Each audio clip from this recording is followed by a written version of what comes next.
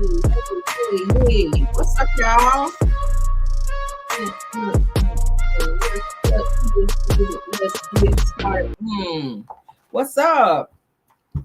What's up? What's up? What's up? Happy Wednesday. We are back for another video. This is our pop in for the night. We got some good topics too. We got some good topics. If you guys saw the description, then you see that we have some pretty good stuff to talk about tonight. Y'all know I try to pull some very interesting topics so that we can try to be up in here getting our laugh on. We have some serious topics. We have all different types of topics, and I try to keep up with what's going on with the tea out here, child. So yeah, we're gonna get into it. Hey, what's up? What's up? What's up? I got a glare on my glasses, Lord. Can't take it, Lord. Gotta see in here. All right, let's try this again. There we go. I can see now.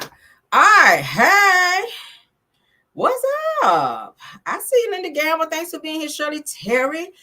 Jacqueline Harrison is here. My mom, Linda Gamble. Cheryl Williams is here. Delicia Dismuke is here. Janet Driscoll is here. Angela Kelly is here. Rose Armstead is here. Etta G is here. Armanelle Moore is here. Diana Flew is here. C. Lewis is here. Clyde Jones is here. Patricia Peaches Gordon is here. Les Moore is here. Mrs. Washington is here. Velma Sadler is here. Yvette Bell is here. Dragonfly Jones is in the building. Crystal Amos is here. KBR, what up? Slime is here. Rochelle Taylor is here. Darlene Mungum is here. Thanks for being here. Liz MC, thanks for being here. Latanya Gibson is here. Henry Lee is here. Wanda Cockshell is here. Inga Bruce is here. T-Talk with your girl. What's up? She is a content creator. Please check her out. Stacy Lane is in the building. What's up, Jackie? Esther Coates is here. Monique Johnson is here. Gloria Williams is here. Harriet Westmore is in the building. Katrina McKnight is here. Brittany Janae, what's up? Betty Brockington is here. Who else we got? Monique Johnson, Cassandra D is here. Gemini 2007 is here. Charlene Ford is here. Sylvia Blow is here. Kenyatta Jones is here. Oh, y'all coming in. Crystal Amos is here. Yvette Bell, Melody Bean. Hey. Denise Slay. I'm sorry. Was that Phaisha Walker? Did I get that right? Because I did good in English in school. I think that's Phaisha. Okay. Phaisha. We're going to go with Phaisha. Let me know if I said it wrong, all right? Because y'all know I mess up her name. Maria Perry. Hey, what's up? Miss Cheryl H. Tuff. Hi, Deborah Clark. Denise Brinson, Black Fox. Thanks for being here. I think I said Crystal Amos, but hey again. Velma Sadler. Rhonda is here. Yvonne Wilson is here. I think I said Les Moore, but hey again. Elizabeth Jones, thanks for being here. PDS 5428, hey. Armanelle Moore, Yvette Costello, Tanya Harris, Chantel Jackson, hey. And Inga Bruce. So let's get on in here. She's speaking to T-Talk with your girl. What's up? Malika Leak, hi. Hope Mac, hey. All right, let's get into the show. Everything said in the video is alleged, in my opinion, and is used for fair use and entertainment.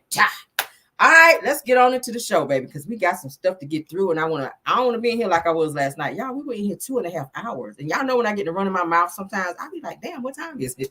I looked up, and we was in this bitch almost 3 hours, and I don't want to do that tonight because I'm tired. They worked my ass like a slave. I said, damn, I was looking for the Underground Railroad in that bitch today. I said, shit, can we get out of here? Can y'all cut my check today? If y'all gonna work a bitch this hard, can y'all pay me today? I mean, I know it ain't payday, but shit, can y'all go to cut my shit today? If you're gonna work a bitch this hard, go ahead and pay me. That's how I was feeling. But yeah, they weren't trying to comply, but yeah, whatever. Anywho, and anyway, let's get on into this show, child. All right, so y'all know, honey, y'all know old Frick and Frack, honey. They're saying that old Frick and Frack is back. Now, from what I'm hearing from a few sources, baby, they're saying that Phaedra, y'all know Phaedra and Portia, honey, they are back, child. They are back friends again. Y'all know they just had this little shindig, the 15th anniversary special over there at Bravo. And Phaedra was there, honey, and her and Portia was like two Siamese twins up in there. Sources are saying that Phaedra may be making some appearances now that Kenya will not be on this season 16 of Real Housewives of Atlanta, that Portia is advocating for Phaedra to film some scenes with her because she misses filming with her. That's supposed to be her buddy and all that, child. So they're saying she's saying that she wants Frick and Frack to be back. So we may be seeing Phaedra kind of flip-flopping back and forth from Married to Medicine and on Real Housewives of Atlanta for season 16. Now that Kenya's not there, child, she done fucked up the bag. They're saying that Phaedra may be popping in on a few scenes to be filming with Portia. Portia's been asking Andy and the powers that be at Bravo if Phaedra can make some appearances, and it's looking like she may be getting her wish from what I'm hearing. So I'll be watching. I will be watching to see what it's giving. All right. Speaking of Kenya, I'm also getting some other tea on the Brittany Edie situation. You guys know that Brittany Edie had a little falling out with, let me take this down because we ain't talking about them no more. Brittany Edie is the girl that had a falling out with Kenya, which is why Kenya is no longer on Real Housewives of Atlanta. All right. Now, from my sources, they're telling me that Kenya got into it with Britt Edie because Britt was messing with her ex-husband, Mark. Brittany had some kind of exchange with Mark, okay? Like she was trying to like holler at him and he was like feeling her because she's a pretty girl. She's a pretty girl, but you know, him and Kenya, they're not together no more. But it's kind of like breaking girl code because this is like your co-worker, so to speak. Y'all are working on the same show. Yeah, KBR was like, wow, yes, honey. And this is a very reliable source, too. Yes, it is. So they're saying that Kenya took it very personal and she went after Britt Edie, honey, full-fledged head.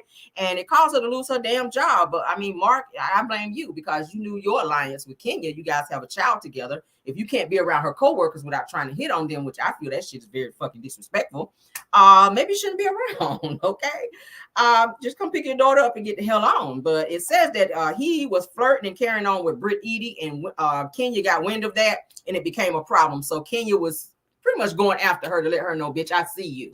Like, why would you be going after my baby daddy like that? And she chose to try to embarrass the fuck out of her, and it backfired on her. So that's what happened with that. And we don't know if and when Kenya is coming back.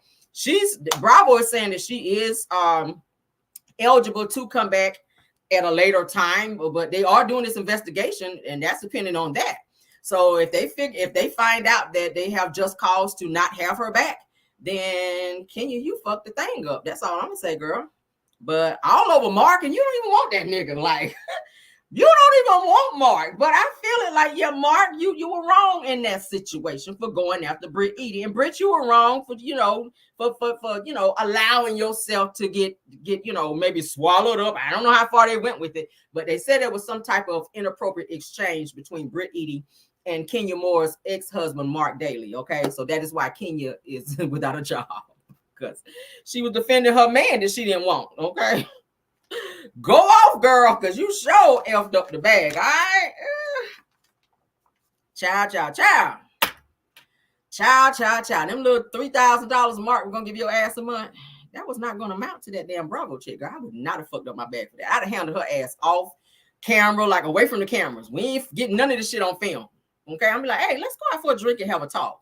And then you mush a bitch in the forehead and then you handle it like that. Y'all know, child. That bitch on look, bitch. Don't be messing with my man, all right? That's how you got to approach a bitch when she got out of line. Forehead check the bitch and be like, look, I done told you, okay? You got to put a little bass in your voice so they know you mean that shit. Don't wear no glasses either in case they want to pop your ass back.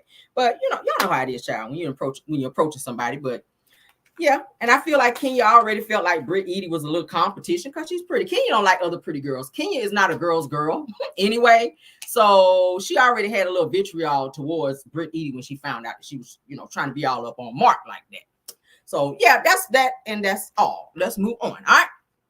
We done talked about Phaedra, honey. How y'all feel about Phaedra possibly coming back filming some scenes with Portia? You guys feeling that? Are you guys feeling that? She will still be on Married to Medicine, okay? Because she has committed and has a signed contract for that for the upcoming season. And she's already been filming over there as well. So, y'all know for a minute that Real Housewives of Atlanta was at a little halt due to all this crap, and then y'all know a few times Simon stopped filming with his bullshit because I guess he want a peach. I don't know. He act like he do, but nevertheless, I think they are filming again, so we'll see what it's giving. I don't know. I'd like to see Phaedra come back. That might help with the show because Phaedra is good TV. Say what you want to say about Phaedra. She is a fucking liar, but she is great TV. Just like Nene. Nene is great TV. You can say what you want. She is a fucking narc. Okay, she's rude as fuck, but she is great for TV. Okay. They're not gonna bring Nene back because when you sue the network, they take that shit personal. I don't see them bring. That's like you suing your job. You sue your job, yeah, they're gonna do everything they can to get rid of your ass. Every little thing. Come in late for work. They ain't even care about your ass coming late to work. before that. But you done filed a lawsuit against your job, come up in that bitch 5-10 minutes late and see them, they start nitpicking it and find a reason to get rid of you. They're not fooling with Nene again. So she's already got a new job where she's going to be her new show on Lifetime. We talked about it already. So she's going to be making a bag. She'll bounce back, but it will not be on Bravo. Okay, period. Let's move on though, honey. Let's move on. I was going to do some Wanda news, but I ain't fucking with it tonight because she's going to irritate me. But let's move on because we got other good stuff to talk about. We ain't got to talk about Wanda, child. She's going to irritate me because we're going to be talking about her daughter. I can't take two of them in a night. I can't. My blood pressure will not allow it. Okay. No, and I ain't got no alcohol up here tonight either. So listen, we're gonna have to keep this thing all the way gully tonight. All right, it says that whatever they want to do. Okay, so I see you like, hey, it is Nene is a liability. That's how they see her. They're like, bitch, you sued us. We ain't about to give you no check. Okay, yeah, no, it's a chop. All right, so we got a little update here on Keefee D, honey. He's doing everything he can to get out of the prison. All right, now this is the person who is allegedly responsible for Tupac's unaliving. Shout out to Tupac and rest in peace to him. He is missed, honey, because some of this music they got out now is trash. Tupac has some real good music out, and it's still banging. I mean, hell, you can put on some Tupac shit right now, and I'm feeling it. But Tupac's unaliver suspect Keefee D says that his cancer came back after eating processed foods in prison. All right, he says that they don't serve no fruit. That is just terrible in their child. Bad bologna and with no damn cheese. Okay, that's pretty much what he's trying to say. All right, this is him in court. I got cancer. I just called it back. In here eating y'all processed food. I had colon cancer right here. And it's not in the movie list line. Behind this processed food in there. They don't sell no fruit. It's just terrible. Fake potatoes, fake milk, fake everything. It ain't good for an ex-cancer patient. Now I got it again. They took me to the hospital, UMC, on the 5th of May. He came into my cell and said, Mr. Davis, hurry up and get dressed. You need emergency surgery. So I went over there. They did all the CAT scans and stuff. And, they referred me to my cancer doctor, so I went to see him on the 8th of May. And he said, I'll get you to do a colonoscopy. I wanted to go on. All right, let's move to the next topic. I'm in the next tab. CAT scan in 2 weeks, a PET scan in 3 weeks. They haven't came here to do nothing. I'm in a life situation, and I will say anything to save my life. Well, he's saying they were supposed to come do CAT scans and all these things, and nobody's come to the prison to do anything. Like, they just don't give a damn, is what he's pretty much saying. Now, they're saying that with the support of WAC 100, that Keefee D made a plea for bail on the grounds of his deteriorating cancer condition during the hearing earlier this week. He says, I got cancer, I've been in jail eating processed foods, and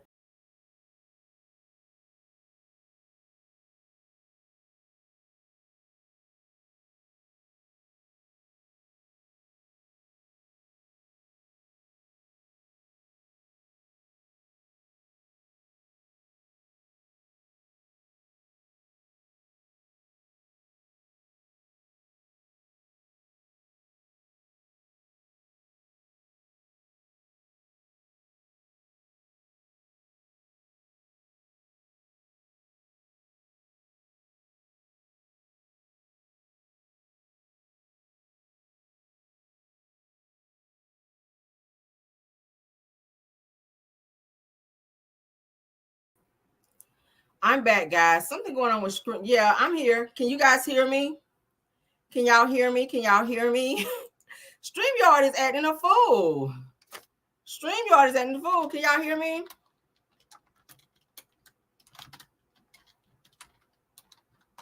All right, can y'all hear and see me? Okay. Don't know what happened. The same thing happened last night. There's something going on with StreamYard. I promise it's not me. I paid my internet and all that shit over here. All right.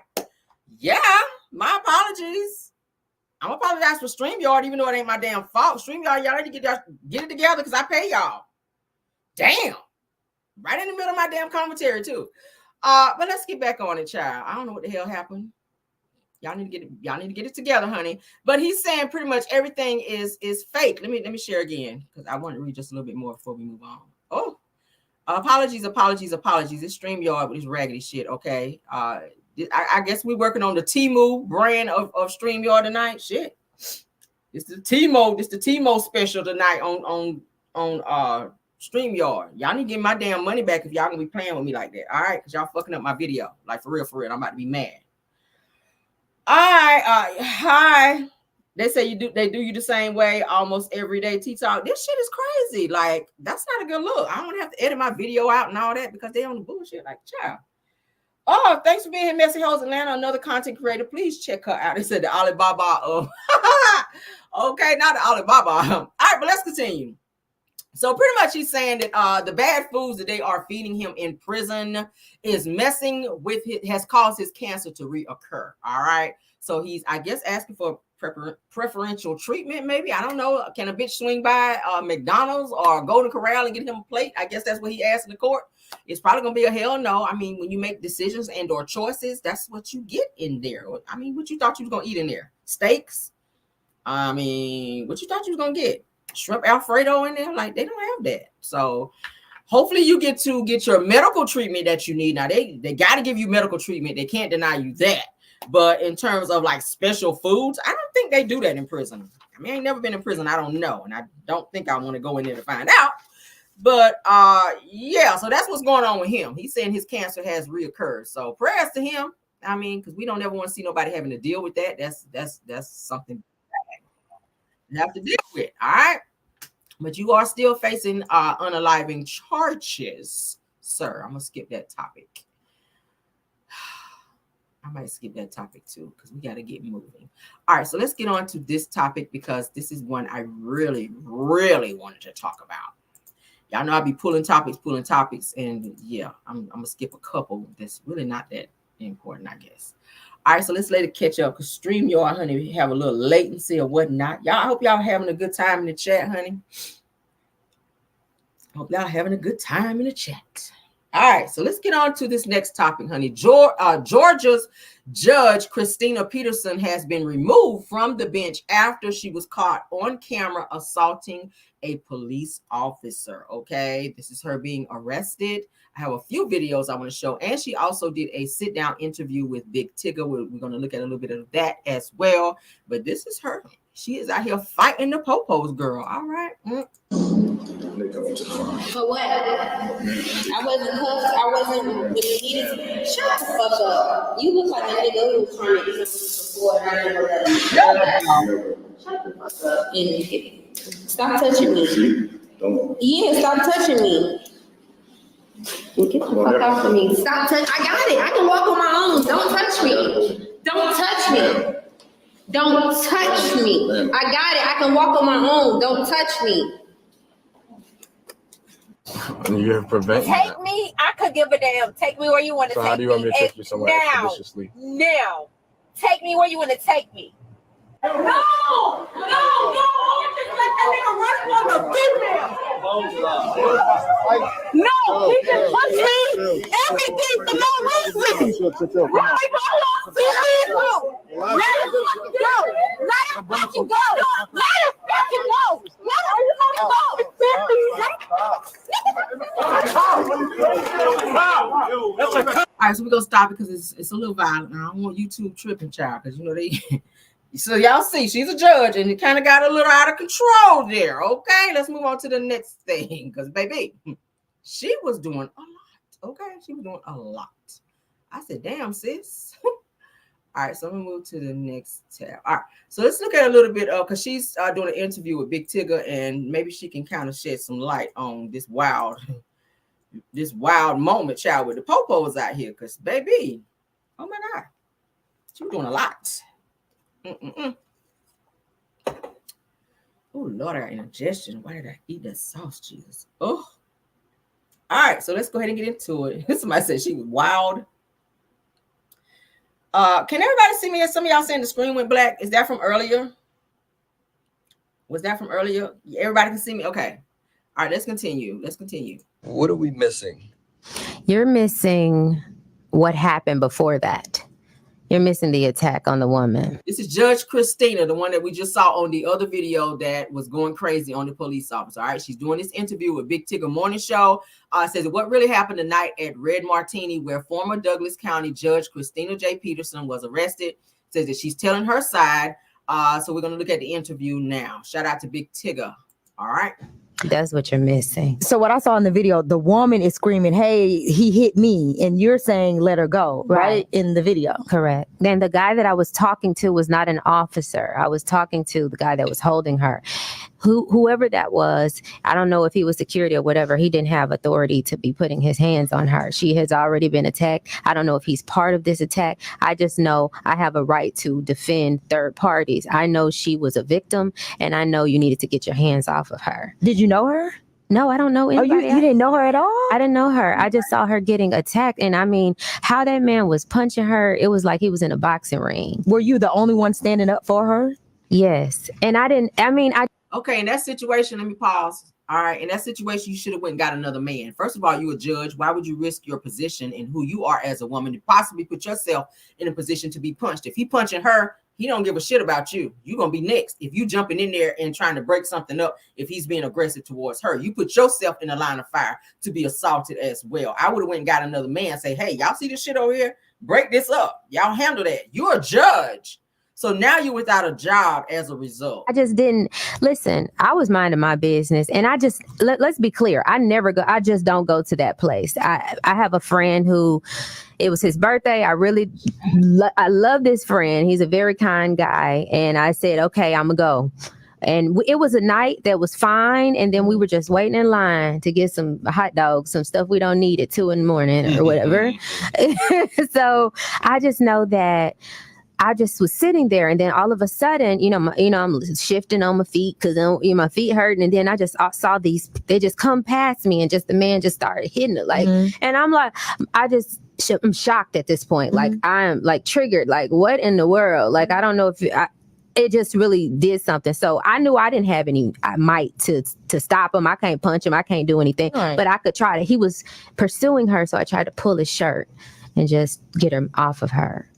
So was he so they said the allegations are you put your hands on the officer, right? That's what they're saying. But you're saying you didn't see him in officer clothing or uniform? That's two different things. So basically you're talking about, so there was an attack, and then there was when I was trying to get her out of the man's grasp. Gotcha. Okay. At that point, the man's grasp is when they're trying to allege that I hit an officer. Okay.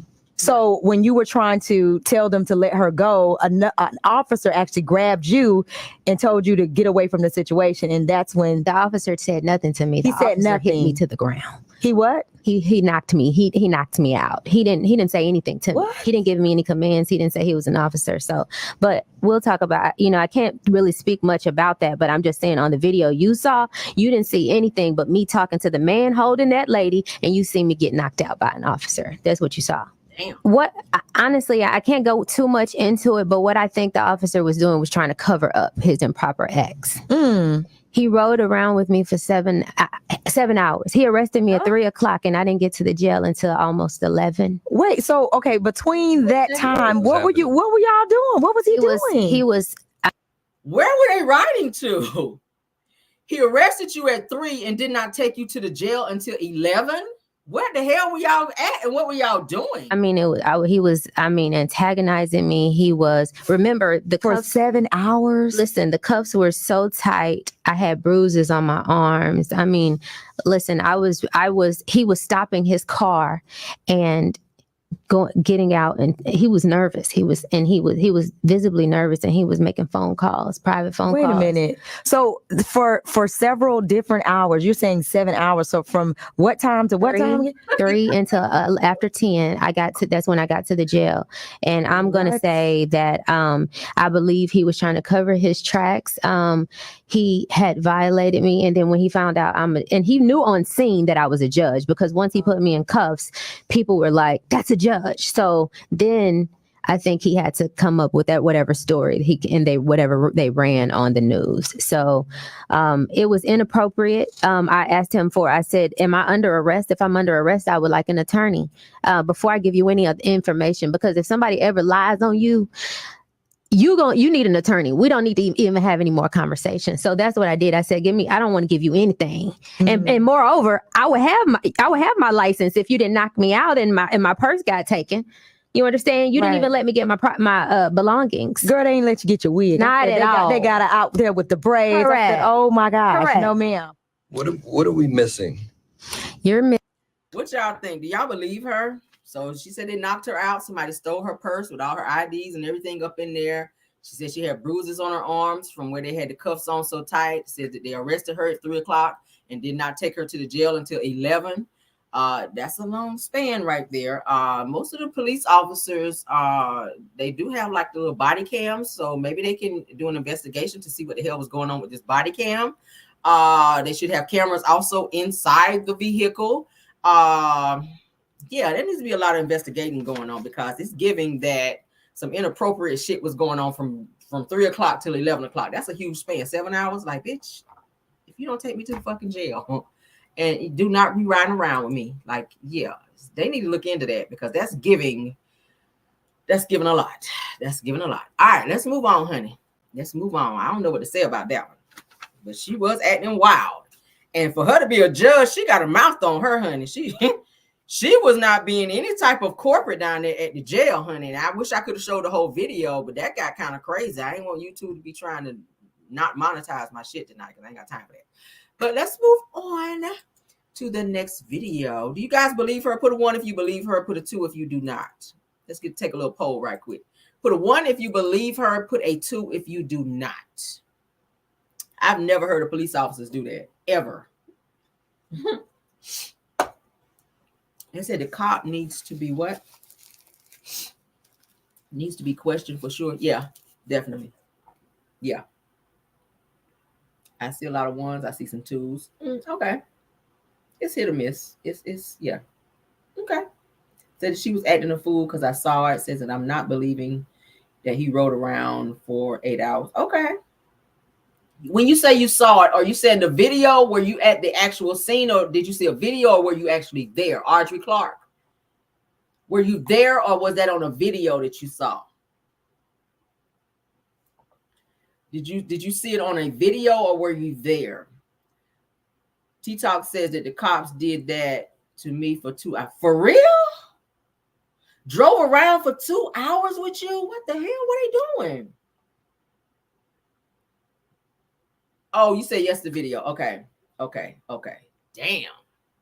Ooh, woo, child. They doing a lot. Don't be riding around me like that, honey, because I'm feel like you trying to unalive me or something. Take me, if you're gonna arrest me, take my ass on to the police station, honey, where there's cameras and they can document my ass was there, and alive. Like, don't be riding around with me because I don't know what your intentions are. Some of these cops out here be actually assaulting women. We did a video where they had a police officer then got in the back seat with one of the women he arrested and was back there doing some little hanky-panky type bullshit. Child, bye. I said driving while black. Damn, that is messed up, child. All right, but let's go ahead and get into this woman here, honey. She is giving up on black men, honey. She said that they said this woman is going viral after explaining why she's tired of the emotional labor that comes with dating black men. Child. For this, but I am so effing tired of the amount of emotional labor that comes with dating black men. I am so tired of the lack of commitment, the lack of support, the lack of encouragement, the lack of money. Like, I don't know what to do from this point on, but I can tell you one thing. My interest in dating another black man is like 1% at this point. They want us to be ride or dies until they get their shit together. And then they don't want to support us in return. They don't want to commit to us. They don't want to marry us. But then they want all the benefits of being a husband without actually proposing to us. I need someone who's intentional in every single aspect. I'm aware that I'm going to get a lot of hate for this, but I am so effing tired Girl. of the amount of emotion. Let me just say this. sometimes you have the tendency to choose the same type of ain't shit type of dudes, baby. So you can't say that about all black men. My man ain't sorry like that. Mine go to work, he take care of his responsibilities, etc. and etc. It's your choice of men. There's some good black men out there. You just haven't found them yet. You got to get out of the habit of picking the same type of men. When you used to being with sorry ass men that give you mediocre in everything, in every area in your relationship, then you become accustomed to that. And when you break up with that one, you're looking for the same thing. You got to change your way of thinking when it comes to your dating. That's what it's giving. Because there's some good black men out there. I ain't even gonna let you sit on this computer and even say that shit. I'm not even gonna let you do that. Just say, oh, the probability of me dating another black man is 1%.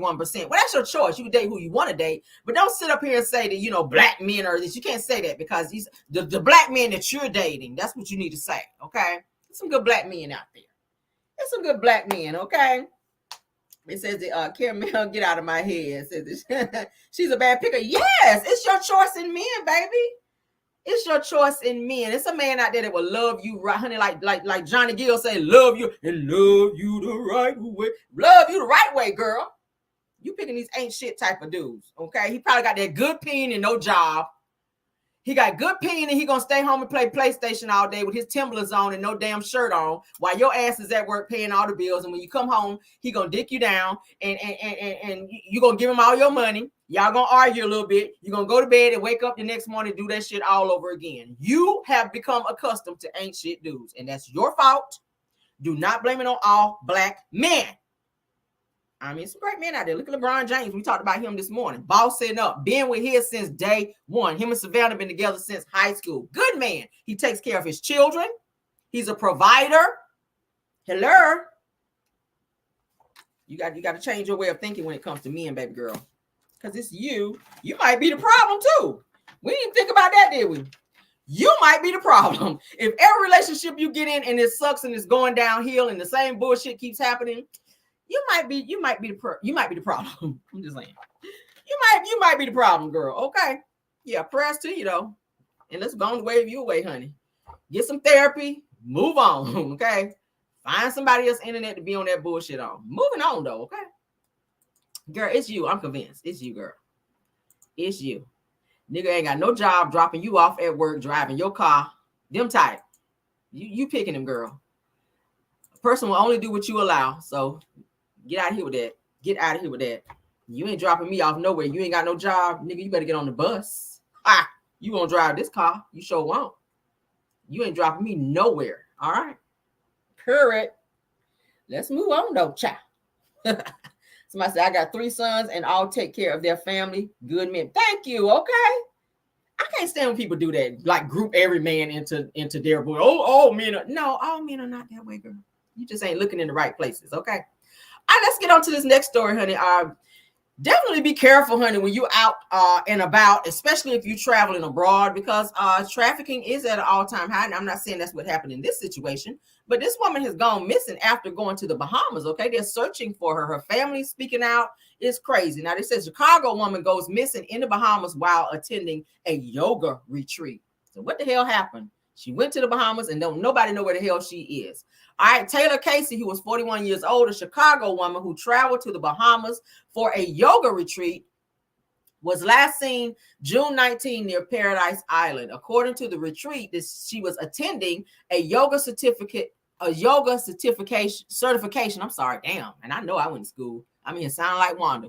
A yoga certification program when her absence was noticed on the morning of June 20th is what it's saying. Let's go ahead and get into the audio of what it's saying. This morning, the mystery deepening in the disappearance of Taylor Casey, the Chicago woman who vanished from a yoga retreat in the Bahamas. You know, a mother's intuition and answers I was getting just didn't correlate. Just wasn't what I wanted to hear. Her mother, desperate for answers, traveling to the island herself to look for her daughter who's been missing since last week. A young lady called me and said, have you heard from Taylor? And I'm like, I'm looking at the phone because I know she was from the yoga retreat. This morning, the mystery deepening in the disappearance of Taylor Casey, the Chicago woman who vanished from a yoga retreat in the Bahamas. you know, a mother's intuition. Casey's disappearance comes as the U.S. State Department issued a level 2 travel advisory to the Bahamas due to crime. Her mother says she's been practicing yoga for 15 years and went to the retreat to fulfill her lifelong goal of deepening her practice. She was excited about attending this teacher's training so that she could learn, get her certification, and then bring yoga back to Chicago. But this morning, with no sign of Casey, her family and friends starting this Facebook page to help spread awareness and bring her home. It's very critical in the first day or two when somebody disappears because of the potential if they're in harm's way or they've been harmed. The longer it is before you find them, it just puts them in further jeopardy. Casey's disappearance comes as the U.S. State Department issued a level 2 travel advisory to the Bahamas due to crime. Her mother says she's been practicing yoga for 15 years and went to the retreat to fulfill her lifelong goal of deepening her practice. She was excited. Somebody done snatched her up. I feel like it might be a trafficking situation with somebody. She stick out like a sore thumb. You in the Bahamas, obviously they know you're not from there. Why you travel alone is beyond me. If I'm going out of the country, I damn sure ain't going by myself. Okay, it's gonna be me and probably a plethora of other people. It's gonna be a group thing, because bitch, especially when they've issued a non-travel advisory. Like, you have to be careful. Places like Mexico, where they have like the cartel and all these other places, they tell you stay on your resort. So if you branching out, going in other places where you should not go, you have the potential to probably be kidnapped or trafficked or held at ransom somewhere. There's no telling where the hell she is, or if she's in danger, or even if she's still alive. We don't know. But what they do know is she's not been seen since June the 19th. Okay, we get ready to go into July. Yeah. We can go into July and they still don't know where the hell she is. Her family's looking for her. They got Facebook going on. Like, damn, this is sad. All for a damn yoga retreat. And I'm sad she went by herself. Women, do not travel out of the country or really anywhere. It's dangerous, just in the U.S. as well. Don't be traveling by yourself, because people are crazy. When you're in other countries, you are a target. You're a target. A lot of times you don't speak the language, and they know that. You stick out like a sore thumb. You're a tourist. They can tell a tourist a mile away.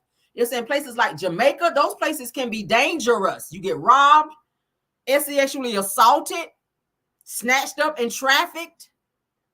Y'all remember those people who went over to, I think it was Mexico, with the lady that was trying to get some type of surgeries and stuff done, cosmetic surgeries done?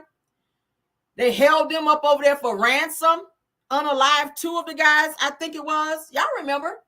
It was up in some warehouses, and they actually assaulted the women and the men. They don't give a damn over them. The cartels and those people are fucking crazy. Child, bye. Be careful, guys. I hope they find her. This is very sad. This is very, very, very sad. I hate shit like that. Child, I hope they find her, and I hope they find her alive, because, baby, let's move on. I hate hearing stuff like that. That's scary. That's scary. That's scary. All right. So, word on the curb is that Destiny Payton Williams is out here dating Nell Fletcher's son, Lance. Okay. Yeah, that's what we're hearing. That Destiny, honey, is dating. Is said to be dating. Because y'all remember she said in her interview with Dr. Heavenly that she is dating now. Y'all remember when they had some type of event where I want to say it was at Black, and Nell Fletcher's sons were there. That's when her other son had just gotten out. I think the one that went to jail for stealing the credit card. Well, Lance was also there, and he was booed up with Destiny. So now it's rumors out there that Destiny is dating Nell Fletcher's son. Now, in her interview with Dr. Heavenly, she was saying that that she's become very close to Nell Fletcher now. And I was like, why is that? Why Nell is like way older than you. Why are you so close to Nell? Now it all makes sense, because you're dating her son. Of course, you're gonna come accustomed to being around her and being cool with her, because they're supposed to be dating her son, Lance Fletcher. He's fine. I mean, he's a nice looking guy. But yeah. So Destiny's on to Lance Fletcher. What y'all think about that? What y'all think about it? I think he's just a space filler. Honestly, I feel like she still wants Moses, and I don't care what nobody say. You continue to do interviews about him. You be throwing this little shade and little subliminals up in there. You still want this man. He just ain't available no more, because he's done moved on and married Sonny. So now you just out here dick hopping and doing whatever you feel you need to do in order to, get through. Because, yeah, I ain't even gonna go there. But it's said in the alleged that Destiny is dating Lance Fletcher. Okay. She also put on her page, let me share, it says that is it possible that Destiny and Lance Fletcher decided to date after bumping into each other? Let's share. I share. I mean, shit. Got a little receipt here, honey. Word on the curb is they're dating. All right. We can't play the music because there's music there. But it said, is it possible that Destiny and Lance Fletcher decided to date after bumping into each other at Stormy's event? Okay. So yeah, word on the curb is Lance Fletcher, which is Chris Fletcher and Nell Fletcher's son, is dating Destiny Payton Williams. Okay. Yeah. That's him right here. That's him right here. That's him right here. Yeah. Okay. What y'all think about that? Is she trying to move on, I guess? I don't know. I don't know how much older he is or if he's the same, around the same age as her, but go off, Destiny. All right, and speaking of Destiny, she sends out a little subtle warning, or not warning, she sends out a little message to Melody Cherie after Melody made it very clear on the show that the cast needs to pick a side when it comes to Martell. Destiny's letting everybody know, look, Martell is pretty much friends with everybody. Martell is the connection to everyone on the cast, and we're not about to be out here making no damn decisions to be with nobody. All right. But yes, let's go ahead and get into this. She said that Martell is connected to all of the cast, and we're not going to be forced to choose. All right. Let's go ahead and share this so that you guys can see along with me. Definitely got it. Now, this is on part 2 of the Dr. Heavenly interview. I don't know if I'm going to cover part 2 because she thoroughly got on my damn nerves on part 1. So I'll have to watch it to see if there's something on there newsworthy, and we'll go from there. All right. I always like to watch the interviews first to see what's being said before I just spring it on you guys. All right. But this clip right here, I did pull from part 2 of the interview with her and Dr. Heavenly. Let's get into it. Melody right to go off on Marcel for a text he sent her saying free Martell.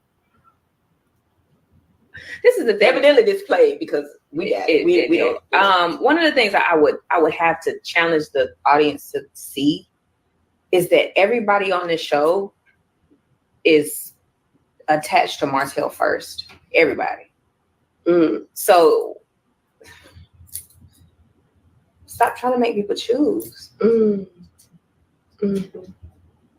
Okay. Does that make sense? It does. It does. It does. It does. If people want to be neutral, like I tried to be, let them be neutral. Was Melody right to go off on Marcel for a text he sent her saying free Martell?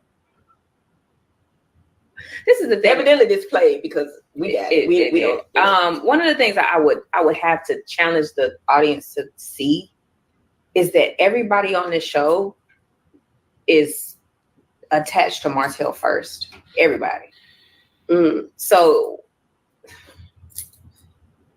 stop trying to make people choose. Okay. Does that make sense? It does. It does. It does. It does. If people want to be neutral, like I tried to be, let them be neutral. Was Melody right to go off on Marcel? So y'all remember that Melody was saying in the last episode that she thinks that the cast should choose with everything that Martell's done with him being found guilty, deviating to 3rd degree, harassing communications, and then abusing the children now. A lot of stuff is going on with Martell. He's been ordered to take a psych evaluation. They just went to court most recently. He has to pay Melody's court costs, which is like $7,000 or something dollars. He has a lot going on. So if he does not pay that, he will be held in contempt. And he also has until I think October to get the psych evaluation. I don't know why they pushed that shit out that far. Who is this judge? Because I feel like you guys are giving Martell too much leniency. Like, it's already been 2 years. Like, nigga, if you ain't had it done by the time they go back for this emergency hearing, he should be held in contempt. I don't know why they keep giving him time.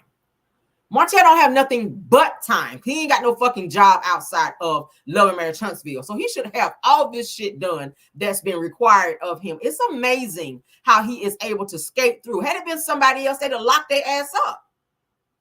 I don't understand that. Why he keep getting so much favor with the courts? I don't understand. He should have been locked up for not doing that. It says that you don't have any intentions, Martell, of repairing what you need to repair with your son who you hurt and your children, period. You don't want to better yourself. You want to be a trash ass nigga. You want to be that. That's what it's giving. It's giving you don't like to be held accountable. You don't want nobody telling you what to do. But now you're in a position to where if you don't do it, it's going to be jail time. And that's the only reason why you are going to do it is because, one, you don't want to lose your children because you won't be able to hop your ass back on YouTube saying 1,000 times in the fucking video that you're a great father. If you got to say it that many times, nigga, who you trying to convince, us or yourself? That's my question. Who are you trying to convince that you're a great father? Are you trying to convince yourself? Because I go by what the court papers say. I go by what the guardian ad litem says when they speak up for the children, and the children are saying that you're still putting paws on them and making them eat soap and hot sauce and all these other things and corporal punishment and drawing blood. And I mean, we can keep going. We've heard about all these things. When Melody Cherie talked about all the things that she's been dealing with you popping up on her, harassing her, the communications, using the courts in order to try to bully her, talking about you want to see her phone records and all that. Like, nigga, go sit down. Who are you? And in Destiny, it's weird to me that you sit in interviews talking about it wasn't safe to stay with LeBaric because he was so abusive, but you right there with a nigga that's abusive and you cap for him in interviews. Like, which one is it? It's weird to me. You saying that every time you do an interview, you allude to the fact that LeBaric was this abusive individual to you. And you said it in this interview with Dr. Heavenly. It was not safe. It was unsafe for me to stay there. And I thought we were working on our relationship. So it was unsafe. But you were going to go work on a relationship with an abusive ass nigga who you said that you were going to find. I was going to go and, for weeks before that and file a separation, legal separation, but he beat me to the punch. But then you just said right before that y'all were going to counseling to work it out. So which one is it? You cap for Martell and you know what Martell does and has done and what he's been charged with and been found guilty of. You used to be friends with Melody. Melody used to vent to you about all the shit Martell used to do. And you were the ones that were telling him on screen before you and Mel fell out that Martell, you were telling him he was wrong. So as soon as Mel stopped fucking with you, all of a sudden, everything Martell do is right. What is going on here? Because I'm not understanding that. You sitting up here, now that you're not friends with Mel, and you are co-signing Martell's bullshit, probably because I'm going to say it, you probably fucking him too. I'm going to say allegedly, because it's giving that. I don't see nobody have that much love and loyalty for a nigga that everybody know is trash and a horrible ass father and horrible individual. You used to check Martell all the time, but you don't have that energy for him anymore, Destiny, because you have anger and vitriol towards Mel because she won't fuck with you no more because she don't trust you. When she heard you talking shit about her, I wouldn't fool with you either. I wouldn't fool with you either. Destiny is on a mission to destroy everybody that cut her off. You're doing it to LeBaric. You're trying to do it to Melody. And you're also doing it to Sonny and Moses. Everybody cut, more so Moses, okay? You really have a lot of anger towards Moses because, one, you can't get no more money from him and you can't get no more dick from him either. So what you're going to do, every time you do an interview, everybody that you feel have hurt you and cut you off, you're going to run their name through the ground and try to destroy their reputation while you build yourself up and try to build the very person who needs to be locked the hell up, including yourself. You need to be locked up again too. And you might be locked up again because that case that LeBaric had to go back and have dismissed and refile again, you might be going back for that. So you might want to stop doing interviews and running your mouth before he have your ass locked up again for saying something that is not factual. I'm just saying. But yeah, Destiny girl, I don't know what kind of therapy and life coach you got, but obviously they're not advising you. And it doesn't seem like you are exhibiting any type of growth, dear, because it seems that you are still stuck. It's like a wheel spinning in the mud. You're still stuck. You don't have a forgiving heart. A person a person, like you said in the interview last night, part one, I'm done. No, you're not done. No, you're not done. You probably already done set up another interview to sit up there and say the same bullshit again. You're not done. Just like Martell ain't done. He ain't done. And the only reason why he's quiet and trying to adhere to what the courts are saying because he's scared. He don't want to go to jail. That's the only thing that's scaring Martell. If they didn't put those stipulations on him, he would still be on the bullshit. But you, my dear, I don't know what it's going to take for you. Maybe some more jail time to where you can't just bond right out. to where you got to sit in there for a while and think about your mess that you continue to do. Sonny and Moses are married. Regardless of how they got together is irrelevant at this point. You doing interviews about it and sitting up there making faces and throwing subliminals under your breath, that's not helping you. That's not showing growth for you. Okay? If you see Nell Fletcher's son, focus on that relationship and let this shit over here go. And stop being controlled mentally by Martell. Because everybody that Martell keep around him, he feels like they got to think like him. And if they don't, then they're not loyal to him. He does the same shit to Marlene. Marlene said, I'm not getting up there in line for you in court. What he do? Fuss her out. Because you help her pay her rent. And you give her, other things that she asked for. You come and cut her grass and all that. So you withhold things from her when she don't agree with you, which is a form of control and a little bit of abuse. We'll say that too. Because you do give abusive vibes. But let's move on, child. Go heal, Destiny. Go heal, baby. Okay? Because, child, go heal. Please go heal. All right, so let's get into Kandi Burruss, honey. Kandi Burruss doubles down on believing that Kenya Moore shouldn't have been dismissed from filming. Says that she didn't make up anything about somebody. Says that when did the rules become that she had to be nice about it? All right. Bottom line is, Kandi, I like you. But Kenya was wrong, baby, okay? Kenya was wrong. Kenya made her own bed, and I'm going to need her to jump up on that bunk bed and lay in it, all right? When you do crazy shit like that, you jeopardize your entire job over some bullshit, okay? Trying to prove a point, trying to embarrass somebody because you felt embarrassed. That's all it was. Kenya has the mindset of, I'm going to hurt you before you hurt me. And there's people out there that's like that. And sometimes you can go a little bit too far, and it's going to destroy you. You can't always be in a mindset of, I'm going to destroy this person before they can destroy me. How do you know the intentions are to destroy you? I mean, you're not with Mark anymore. And I said, yeah, it is against girl code. But if he want to move on with somebody else, then he want to move on with somebody else. Maybe it was more so Mark. You don't know what the hell he was doing the whole time he was in New York. Because word on the street is he's living with his first baby mama right now and have been living with that first baby mama while you and him were still legally married. So... because you did say when you go to New York to go see him, you go to a hotel. That's your husband. Why you can't go to his house? You know why? Because he was living with his baby mama. And then you talked about when you would call him, it would be the woman in the background. So you already knew about it, Kenyon. That's why I feel like that was a whole arranged situation. You ain't fooling nobody. You paid off them back taxes and lien for Mark, and Mark gave you a baby. That was an arranged marriage. That's what it was. But let's go ahead and get into what Kandi had to say.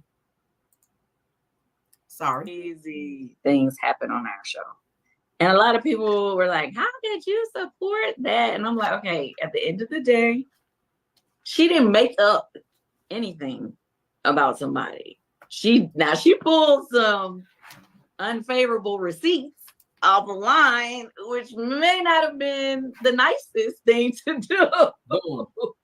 Don't get me wrong. I'm not saying that it was the nicest comeback at someone, but when the ladies on our shows and on different shows on reality TV, when you say something to someone or you make a threat or you come at somebody in a negative way, you do not get to determine how strong the shade or whatever it is that's coming back at you.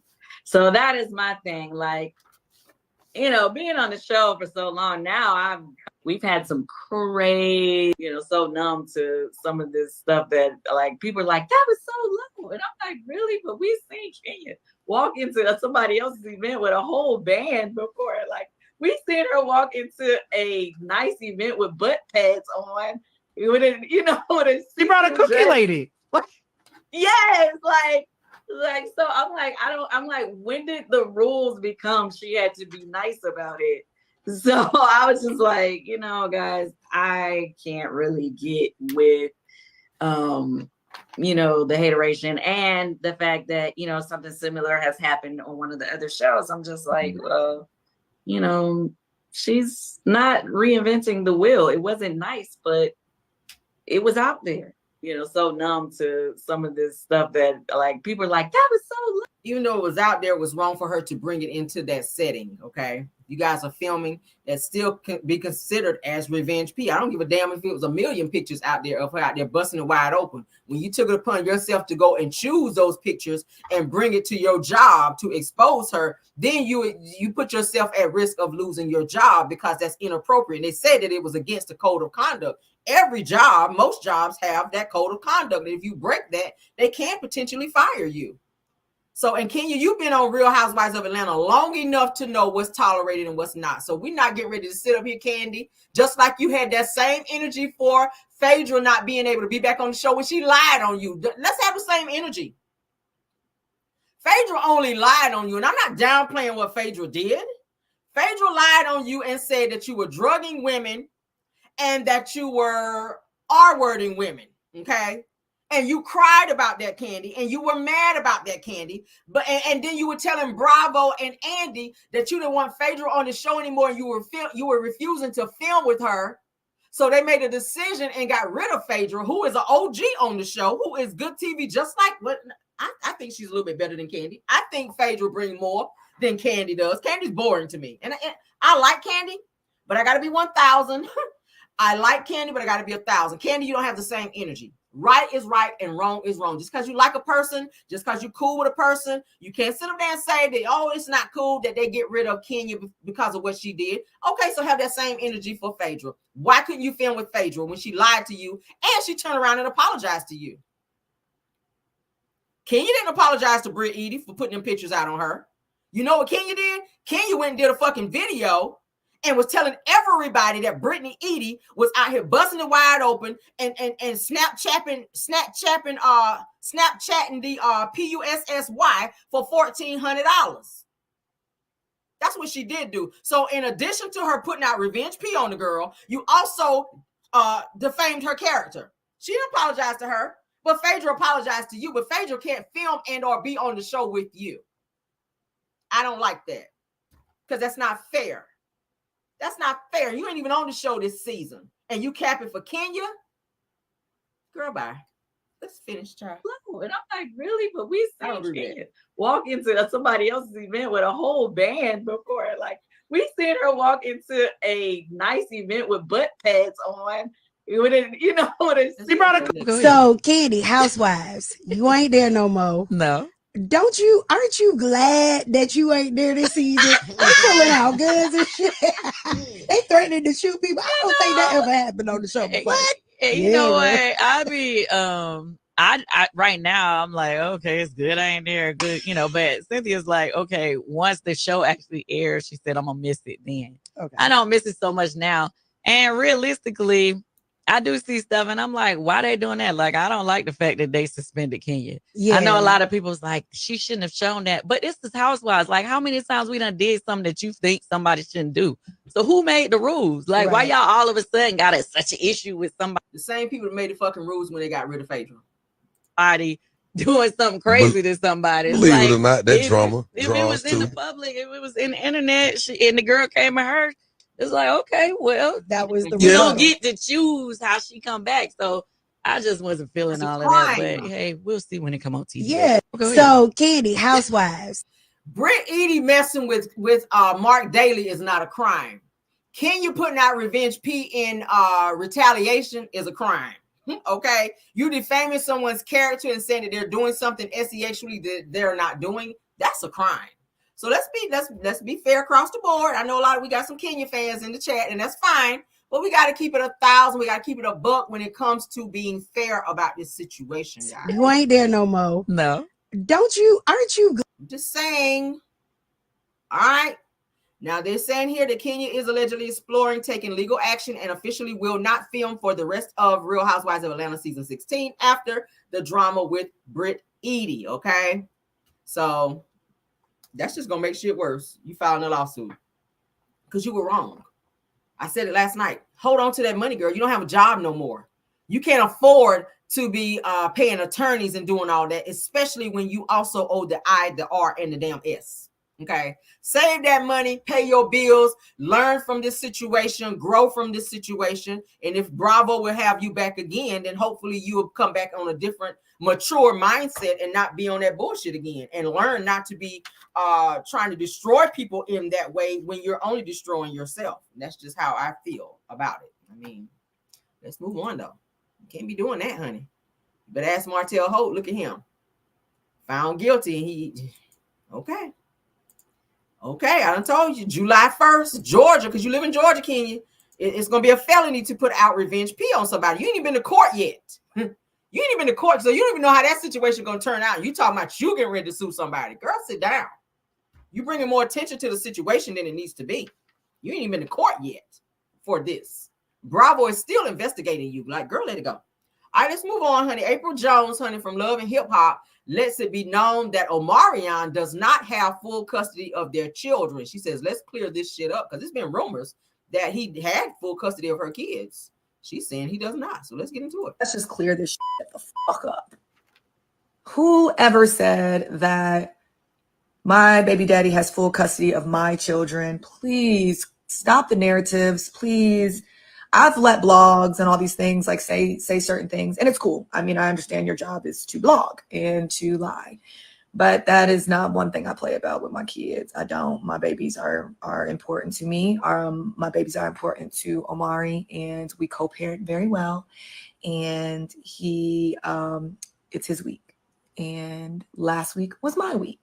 So yeah, they get the best of both worlds. You know what my son said? He's like, I want 2 birthdays. We was like, no, we are doing your birthday together. Don't try. They be trying to, kids really be trying to play parents. Stop it, kids. They want them to get He back. literally, we was like, me and O was like, we gonna split on this.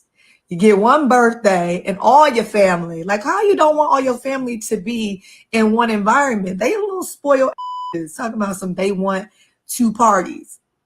No. He tried it, mega.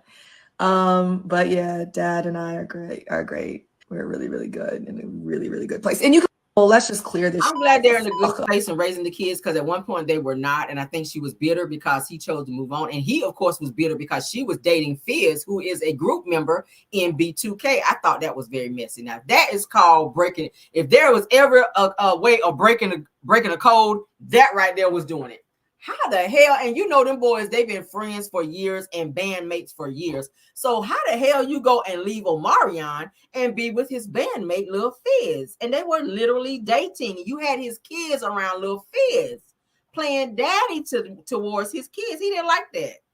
And I don't think him and Fizz are even still cool behind that now, April. You kind of came in between their friendship when you started dating this boy's friend.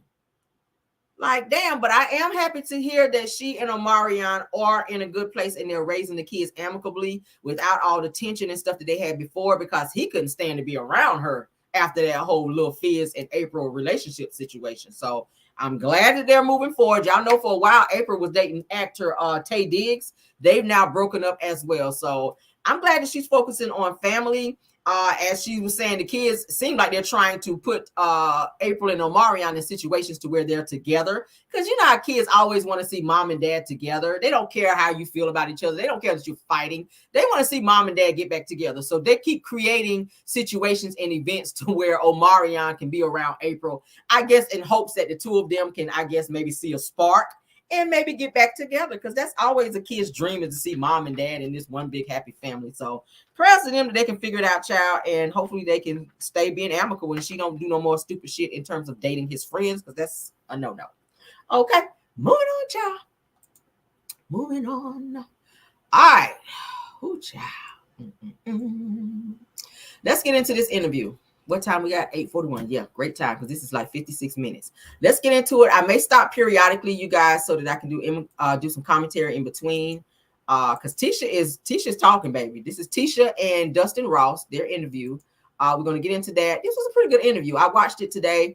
I was going to take some notes, but I said, no, I'm going to just stop it mid-time, in between time, and just give commentary. Tisha was telling stuff that Dustin didn't even ask. Tisha was very chatty in this damn interview.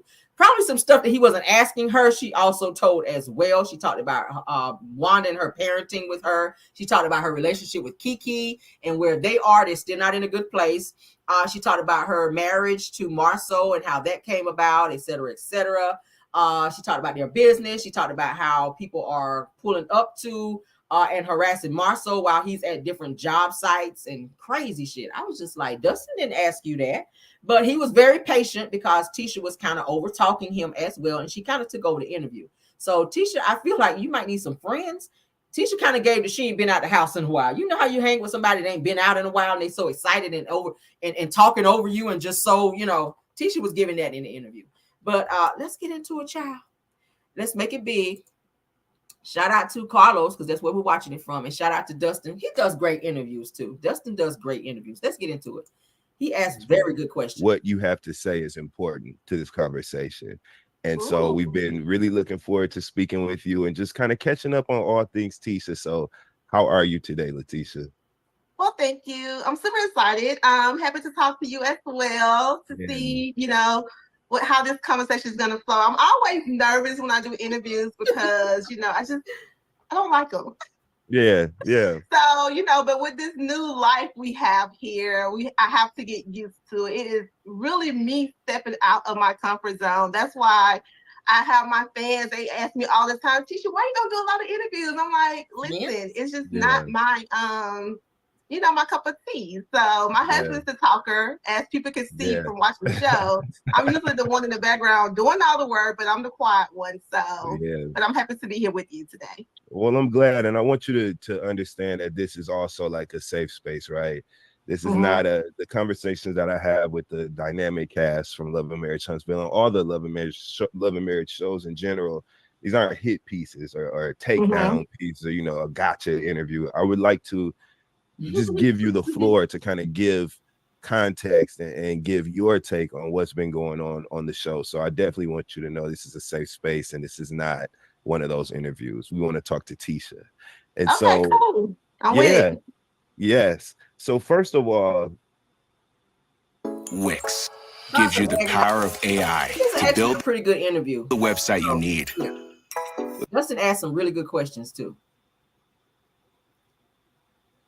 Just as someone who was one of the anchors of this show, right? The course, this is what we called you guys for so long. You've been in this for a minute, right? Yeah. What is different today about filming Love and Marriage Huntsville or your experience filming it versus when we were first introduced to you, your beautiful family? Because we've seen a change or a shift in Tisha personally, but what has your experience been like? What's different now as opposed to when you first started? Woo, Lord. Okay, so if you would ask me right now to do a reality TV show, I'd be like, yeah, no, I'm good. I'm not gonna do it. So at first, you know, we was excited about it because you have the 6 of us. We were friends at that time. You know, we was hanging out, having a good time. We did like to be around each other at that particular time, 7 years ago. My husband and I, we was doing real estate. So we was like, hey, y'all want to follow us doing real estate? Okay. Hey, you know, let's go. Let's see what this is going to be about. So you can see season 1, episode 1, you saw like the fun side of us. You could just put a camera up and we just go. You know, and it's still sort of kind of like that now. I think we're getting back to that now, but it was more so of we just didn't have any expectations. We was like, hey, let's do this and see what it's about. Let's have a good time doing it. So yeah, and I could tell that, and I think that's one of the things that endear viewers to you all show in the first place, because it was natural and organic, and you could tell that these were real relationships. This was not a cast that was pieced together.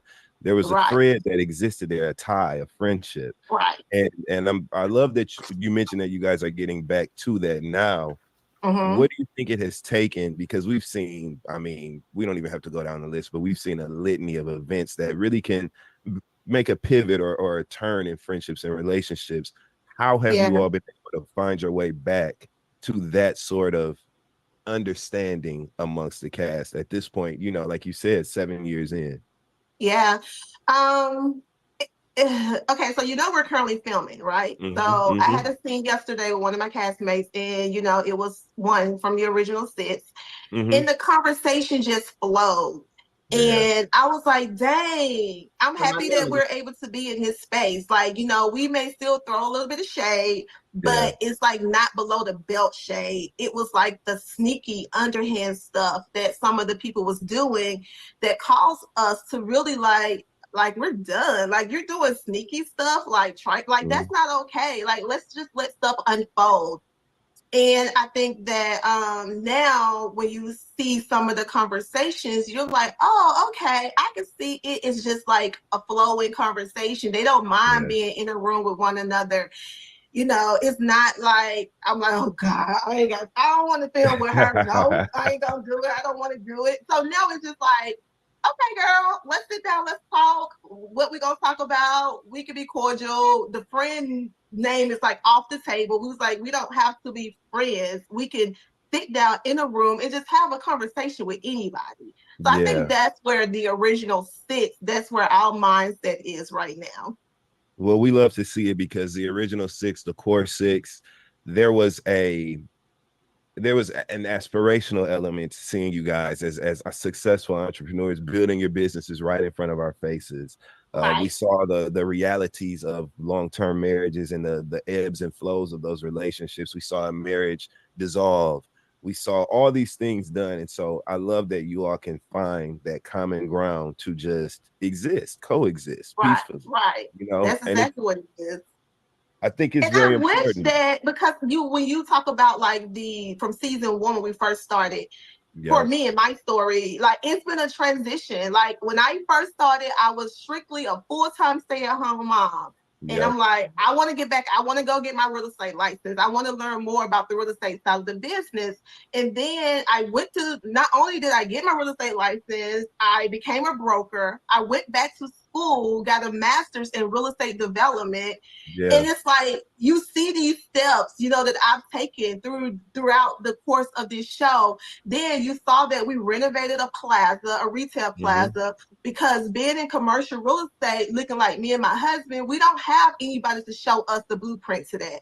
So we was like, hey, while you in school, we're going to purchase this plaza and we're going to learn along the way. So of course we've made mistakes because we don't know. We don't know this side of the business. So I hate that the TV didn't show more of that, because that was the real stuff that we really wanted to show you guys, like working together as a couple, trying to balance the whole marriage, the family, and business. Now you see that we just built our first residential home, and they've been recording it. Actually, Marcel is at the scene right now recording there. So hopefully you guys will get to see that. So you see the growth and the transition from. We see him all the time on Instagram popping up on scenes, but I don't think they're going to show that on Love and Marriage Huntsville. I really don't. And is it weird, or does Tisha always have to throw in her degrees to make herself feel relevant? But you're not doing anything with it. You just said that you had ambitions to be a stay-at-home mom, but you're throwing out all these degrees and saying you went back to school to do this, you went back to school to do that, but you ain't doing shit with it. So it's like a waste of time. But go off, girl. Wanting to say this is what I want to do, to actually seeing me do it. So and we love that. I think your story, the evolution of Tisha, right? And let's dig a little bit deeper into that. I think that is something remarkable to document on television, because there are so many women who find themselves at the station of life that you were at, a full-time mom, and then have a desire for something more outside of the home. Talk to me a little bit, Tisha, about what influenced you to kind of make that pivot. That, like, I want to. I'm interested in trying these new weight loss shots, but I need it to be more affordable.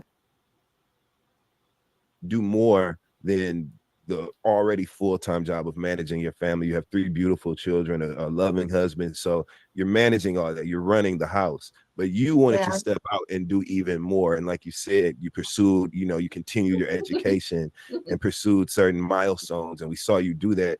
Talk to us, Letitia, about what motivated that. Was it because of you? Did participating on the show have any influence on your decision to pursue those other things? So growing up, I've always had the desire. I don't know where it came from, but I always wanted to do more, wanted to make good decisions. I'm a girl. I grew up, my parents got pregnant with me. My parents got pregnant with me when they was in high school. So my mom was 16, my dad was 17. So I pretty much grew up with my mom and my aunties because I was the oldest grandchild or the oldest niece around.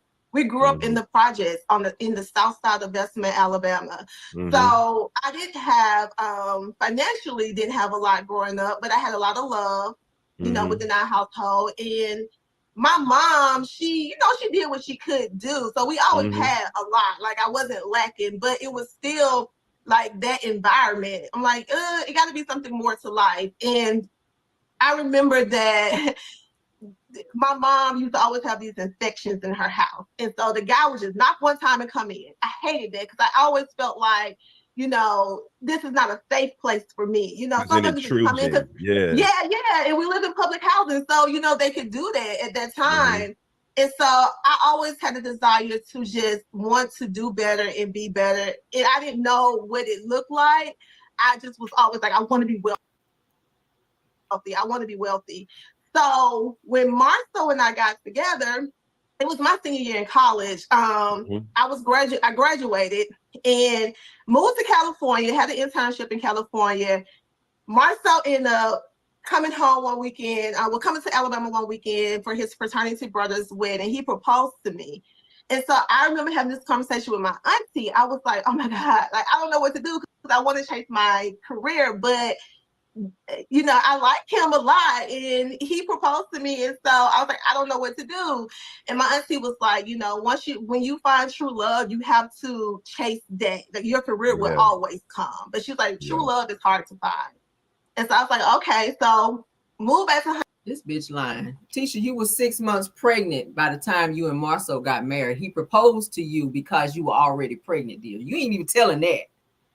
You ain't even telling that you were pregnant, my dear, by the time you and Marceau got married. And Marceau said that y'all did not date long, okay? I think he said like 60 days or something like that. So you guys were just like sleeping together. And of course, he saw that you were ambitious. You were this college girl. You were trying to go somewhere in life. And you wound up getting knocked up by him. Like, really, can you tell the story how it really was going? You were getting ready to move back to California. He won't gonna let you go because he saw something in you, because he wanted to stick his nails in you, because he won't do shit with his life. He was in town for a wedding. Y'all were sleeping together. You got pregnant, and then you had to get married. Girl, I'm sorry, y'all. It's the lies for me. Huntsville, start planning my wedding.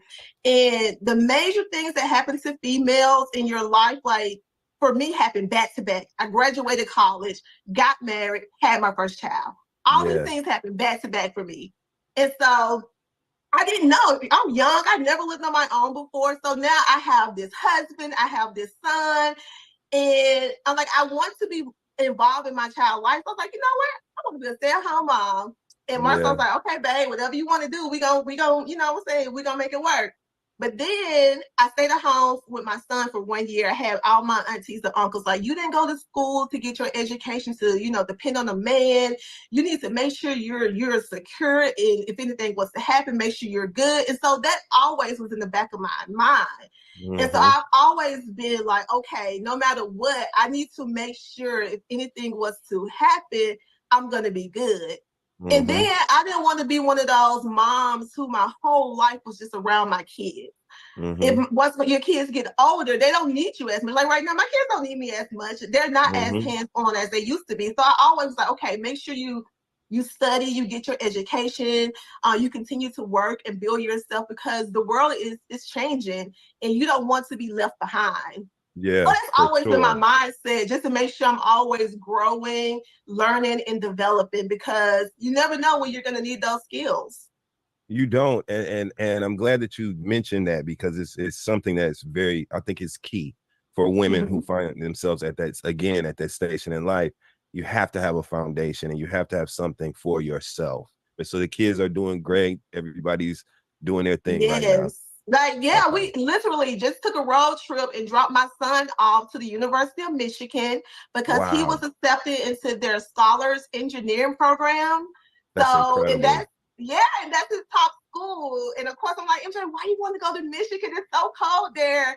But, you know, that's one of his top schools. So you have seen, when we started filming, my son was, I want to say 9.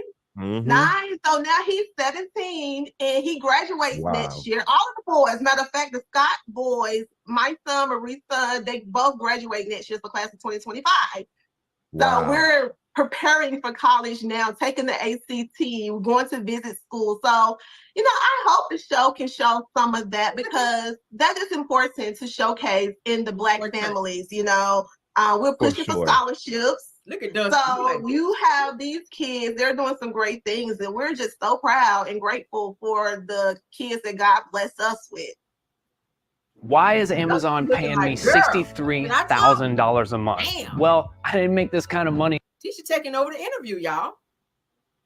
Can he get a question in, Tisha? Absolutely. You know, I'm from Michigan originally, so I'm very familiar with Go Blue. Okay. And I absolutely think that it is remarkable for your son to already be on that track, going to a Big 10 school for engineering like that. That is incredible. So congratulations to him. Family, right? Family has always been a big, I think when we kind of zoom out and look at your contribution to the show, you and your husband's contribution, it's centered around family, raising your children. Your husband's brother is a part of the cast. We see a lot of family elements. What was your experience like when we started to see a little bit more of your family, your mom, your cousin Kiki?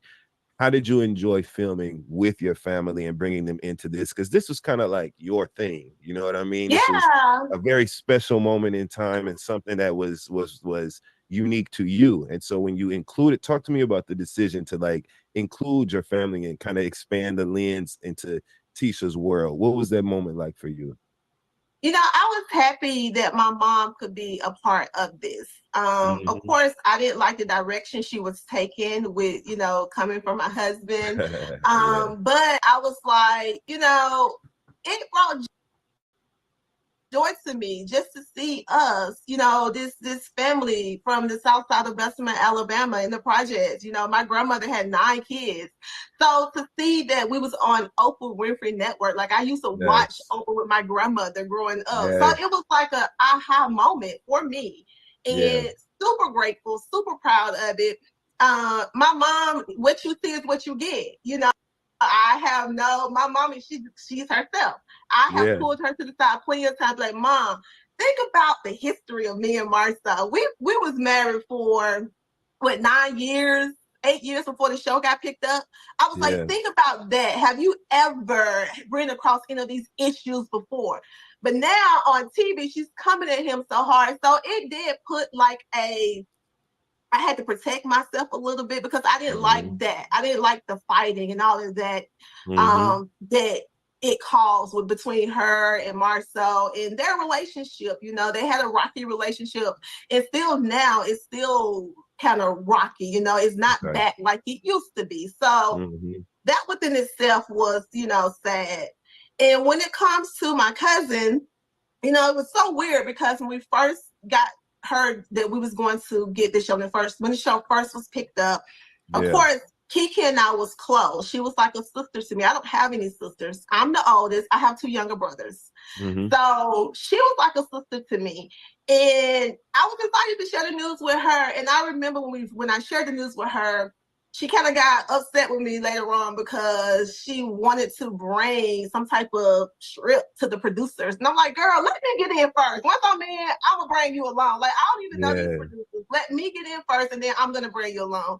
And when the opportunity came, I brought her in, like, for my Hey Brown Girl event, because she said she always wanted to be like a speaker. So for like my Hey Brown Girl event, I was like, I want you to come and get on stage with me, share this with me. So I wanted to bring her along, but I guess the way I was doing it wasn't fast enough for her. And so she came about in a shady way. And that was extremely hurtful for me. But still, I'm like, okay, girl, let's squash it out. We can talk about it on the show. Our relationship is not where it used to be, but you're on the show now. So, let's film the real. If we can get back to where we used to be, if we can get to a better place, then let's just showcase that. She didn't want her on the show. And you gotta see how it went down. I know that had to be hurtful. I'm a person who I love my family, and I'm very loyal when it comes to relationships, friendships, things like that. And so watching these shows, these ensemble cast reality shows, especially when family members are involved, it pulls out our heartstrings a little bit, because if you've ever had a disconnect from someone you were once close to, when you watch that go down in front of your face, you can't help but feel something. How did you manage how did you manage your emotions? Because you are on camera, and essentially you're working, you're performing a function, right? And again, this was kind of like your baby. How did you manage wearing those two hats, right? Like being Letitia, the television personality, as well as dealing with some real shit. Like, this is my blood cousin, and we are literally being adversarial towards one another because of something hurtful that she did. How did you manage that, Letitia? No, I was hurt. Yeah. I let Kiki know I was hurt on camera, off camera. When we had our boxing match we had our scene at the boxing ring. I'm like, listen. Market ad, you guys. 3, 2, and 1. We're back. Stop doing this. Don't do this. And she was like, okay, I'm gonna stop. And so I thought it was done. And then once I found out she was doing again shady stuff behind my back with the bloggers, I was like, I'm done. I was like, I've given you enough chances. I can't do this anymore. And of course, I don't want to fight my cousin on TV. Our daughters, they're 12. They're best friends. They talk on the phone every day. Her daughter still calls me auntie. It was moments on the show when she was filming, dogging me out. Her daughter was on vacation with me and my family. Like, I have plenty of pictures of her kids on vacation with me and my family. So I was hurt about that. And I was like, I'm done. I can't do this no more. So when we had that the barbecue that we had at Kimmy's house, and when she threw the drink on me, that's the most embarrassing moment for me on TV, period. That's at the top right there.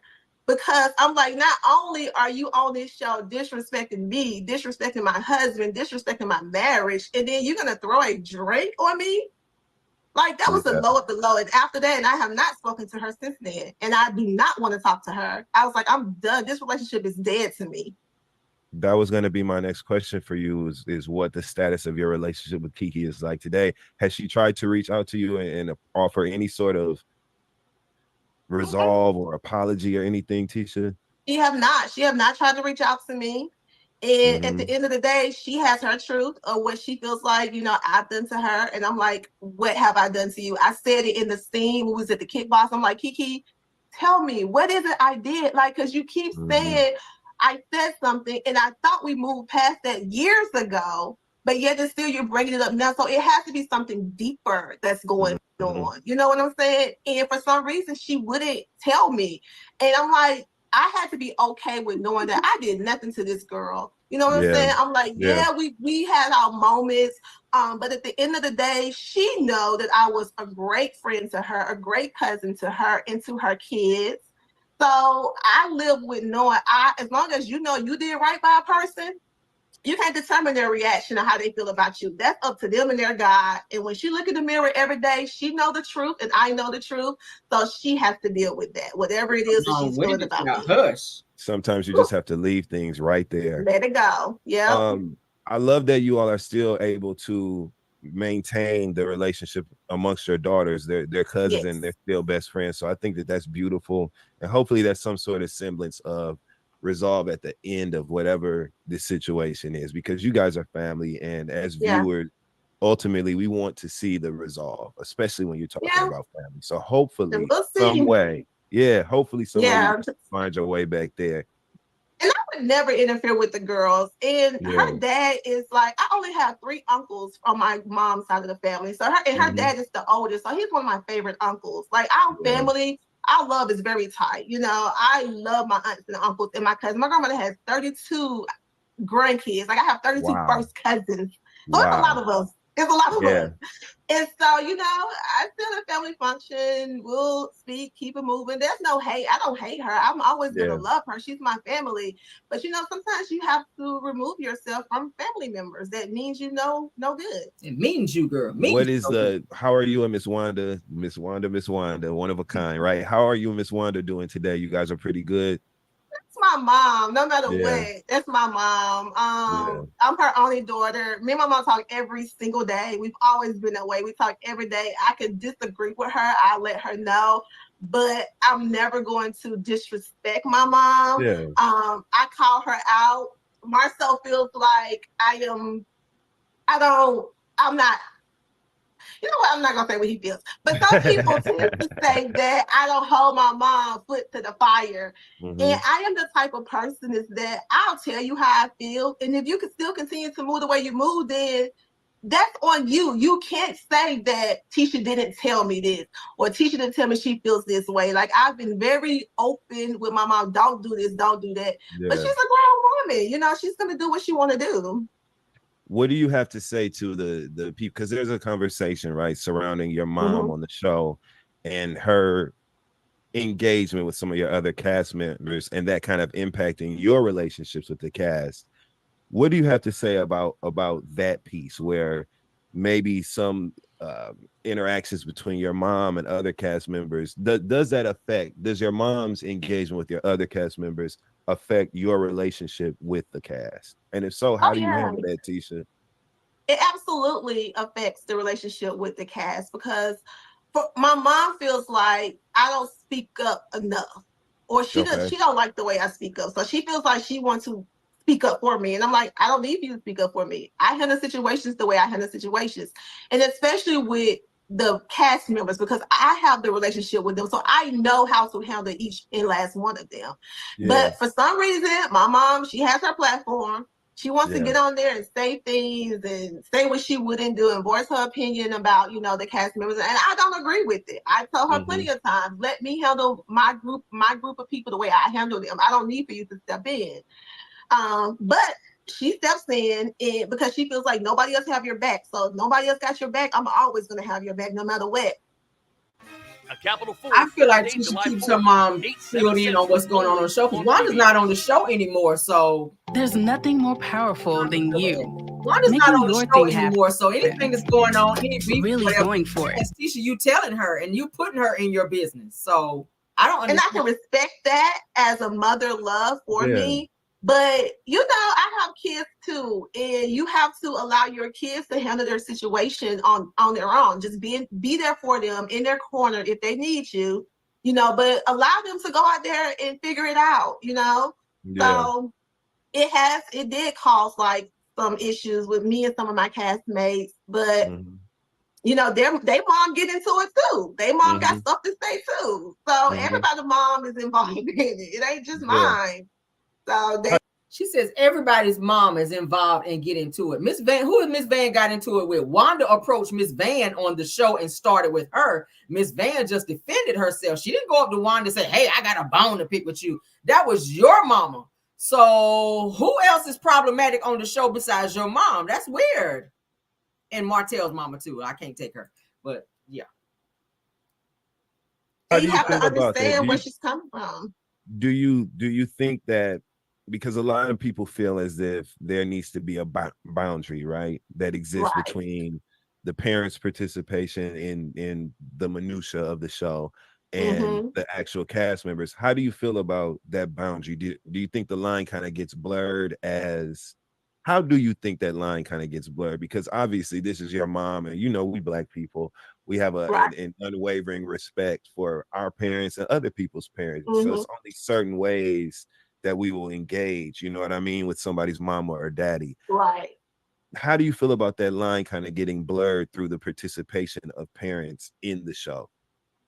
I think we have to have a respect for the mothers, period. Like, you know, me and Van, we've had words, but I wouldn't go so low, you know, because at the end of the day, she's someone's mom and she's an elder. And so I will always have a certain level of respect for the mothers on the show. For sure. I do think we have to have boundaries, but it's just like where do they stop? Because every mom is going to protect their child by any means necessary. They gonna take a bullet for their child.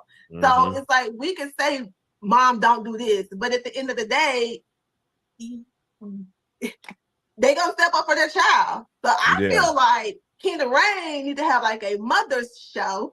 The mothers of Love Marriage Hospital, and them Frank's right there would be off the chain. Like that's what needs to happen. Give them their own show. Let them have their show. To spin off the moms of Love Marriage Hospital. Y'all hear that? She said Kingdom Reigns need to have a show with all the mothers. Now you trying to find a way to get your mama back on the show or a show. Now, Carlos, we're not trying to do that, and we ain't watching it. I don't want to see Betty on no damn show, and I damn sure don't want to see Marlene on no damn show, and I damn sure don't want to see Wanda. Like, it's giving no, and I know Miss Van ain't gonna even be a part of that bullshit. So, no, ma'am. And let them fight it out amongst themselves. You know, I think that's a very brilliant idea, Letitia. And guess what? I'd watch it. I would not. For real. So now, you know, outside of the family, like amongst the core six, right? The relationships. We talked a little bit about that earlier and about how you guys have been able to find your way back to some sort of like harmony amongst the cast. You've spoken before on the show about how maybe like some of the fans, and we do know that this show has a very, very passionate fan base, right? The people that watch the show really attach themselves to the relatable and dynamic stories that you guys present on the cast, right?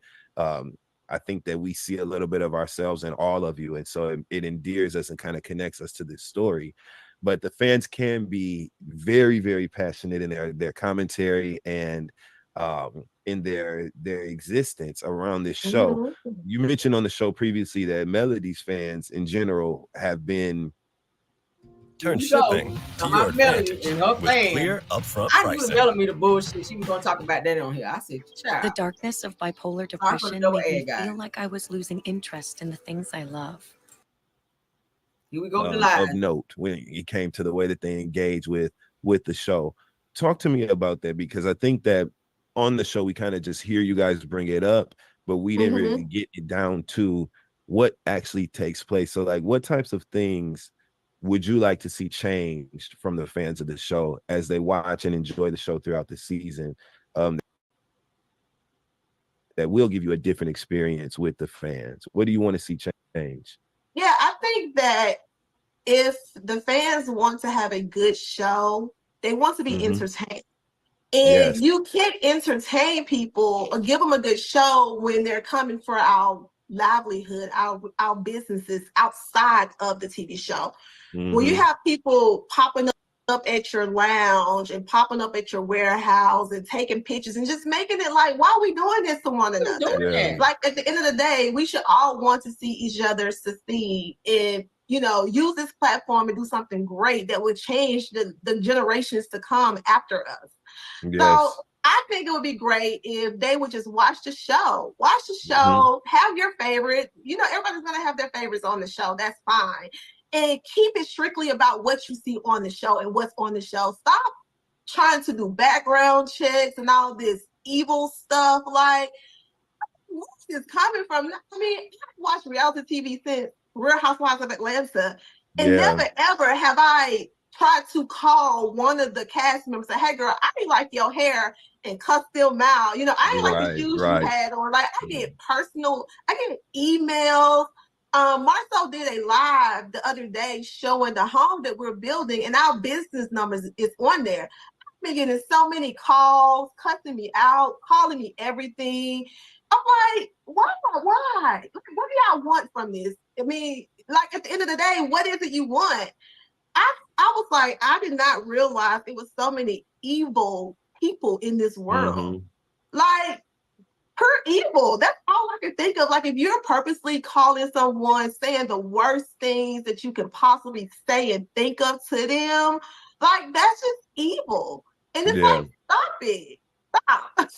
Yeah, I agree. I think there needs to be a separation of just watching the show and being entertained in it, and being entertained by it, excuse me, as opposed to, as you said, stalking, going after different things, going up to different locations, and just kind of overstepping as a viewer. I think there does need to be a very clear line there. as it takes place. And I noticed you mentioned going up to someone's warehouse, because we know on this past episode, Stormy mentioned that someone had came to her warehouse and now she was facing a warrant for having a bit of a, you know, incident when they were there. You said that people have come up to they've come up to Black to your cigar lounge before, and yes. So really? the cigar lounge, we've been in this hotel up the street here. They have come there, and you know, our employees like, we're about to call the police because you can't be out here working on a site that we're building on. You get a hard hat on. Like if you hurt yourself, we're liable for that. Yeah. Marceau don't never have no hard hat when he go live being on no work site. So sis, who you calling the police on? You need to be calling the police on Marceau, because I ain't never seen him with no hard hat on when he be walking around out there filming on no damn work site. So here we go with the cap. Yeah, so it's like, why are we doing that? It's just, it's bananas to me. It's crazy. Like, watch the show. The group, especially, I can speak for the originals. Like, we're like a great group of people. We work hard. We play hard. We're smart. Most of us, we all went to college. You know, we're fraternities, sororities. You're going to get it all. You're going to get, you know, we can talk in a boardroom, or we can get down and dirty with. I'm interested in trying these new weight loss shots, but I need it to be more affordable.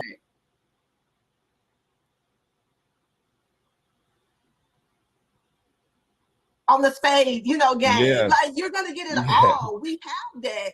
And so if you just pay attention, and then on top of that, you're getting real issues that we're having within our marriage. Like Marceau and I had a thing yesterday, and we talked about something that was real and wrong. That we're celebrating 18 years coming up, you know, and no matter what the narrative is that people try to put out about us and our marriage, it is a real marriage. We have struggled to make sure we stay married, to make sure we provide the life for our kids. Yeah. You know, we didn't have anybody handing us anything. Me and Marceau had to get it.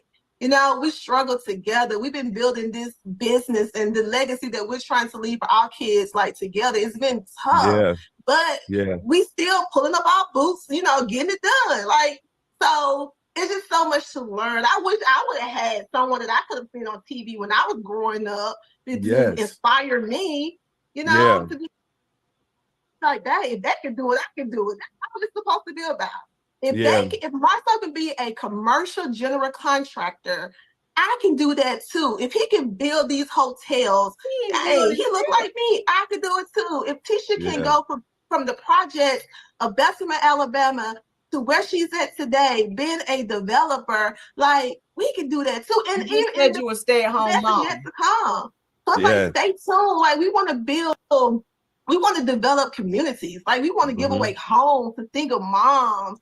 Like, we want to do some great things. It's like, man, stop sidetracking us with the mess and let's stay on the purpose. I think that, so the entrepreneurial component, right? I think that is so, it's just motivational to witness, right? And I love that on this show we have several entrepreneurs who are successful in their own right, doing their thing in business. And originally, I thought as a viewer that would be something that would kind of connect you specifically with Stormy, right? Because she was a successful entrepreneur. You are as well. And we've seen a little bit of a disconnect recently, especially on the reunion last season between you and Stormy. What was the pivot for you, Letitia, that made the relationship kind of go that direction? Okay. So for me, it all starts back to where the whole website situation came up. And I'm like, listen, I'm in real estate. I know nothing about this industry, the hair care industry. That was a new industry for me. I hired out a lot of things. And, you know, the developer that did my website, he made a mistake. It is what it is. And I'm like, I'm not going to call him out because he is a Black business owner. So I'm going to, you know, let that ride. And so when Stormy and I had that discussion face to face, it's like, girl, I ain't saying that, you know, it is what it is. It was a mistake, blah, blah, blah. But then when behind my back, she was like, oh, you know, she's trying to do this and I'm going to sue her. So my thing was, I felt like I wasn't getting the same person in my face that I was getting behind my back. So that's why I started saying, oh, you're fake and phony. You know, I was just like, it's fake and phony to me, because if you have a problem with it, listen, say it up front. I have a problem with it. You know what I'm saying? And if she was to say that, like, don't be like, oh, it's all good, brush it off, when it's really a big issue to you because you're making it a big issue. But for me, we talked about it, and I was like, you know, I apologize. It was, you know, the website design. I didn't make my own website. I didn't do that. I was like, you know, but I took ownership of it because me and my team, we should have taught these things. And it's like the same verbiage on Main Choice, like a lot of the other big time hair products companies, the same verbiage is on all of them. So I was like, my bad. It was a mistake. It is what it is. So that was my thing with her. Like, don't tell me one thing and then go behind my back and talk to the other cast members and trying to dog me out and making a big deal out of it. And then with the whole thing, I'm sorry, go ahead. I didn't mean to cut you off, Tisha. Go ahead. Oh, no. And then when the thing came around about with my husband and the Black Business Expo, and then just seeing how disrespectful and down in the gutter she was about that. And I found out that, you know, my cousin Keefee was doing some shady stuff behind my back, and Stormy was involved with it too. Really? So, yes. So by the time the reunion came, you guys saw, oh, Tisha is on 10, because I found out all of this stuff, especially the situation she was doing with the blogger and with my cousin Keefee and with this other dude. He got recordings coming out with Stormy name all in the middle of it. I'm like, these people shady. I trust them. So that's where that energy came from. Okay. And so what are things like today with you and Stormy? We're cordial. I'm trying to think. Okay, so we have some scenes coming up. You guys will get a chance to see. We have a girls trip coming up. Okay. And it was cool. You know, we had a good time. But I don't talk to her outside of us having a scene together. So okay, so it just kind of is what it is at this point. It is what it is. It's gonna be what it's gonna be, and if it's something more, you guys will get a chance to see it because it's gonna develop on TV. Yeah, for sure. And I think that, you know, you said this season that this was a new Tisha. You know, you weren't having it basically this season. You were, when something needed to be addressed, you were gonna address it and kind of just meet it head on.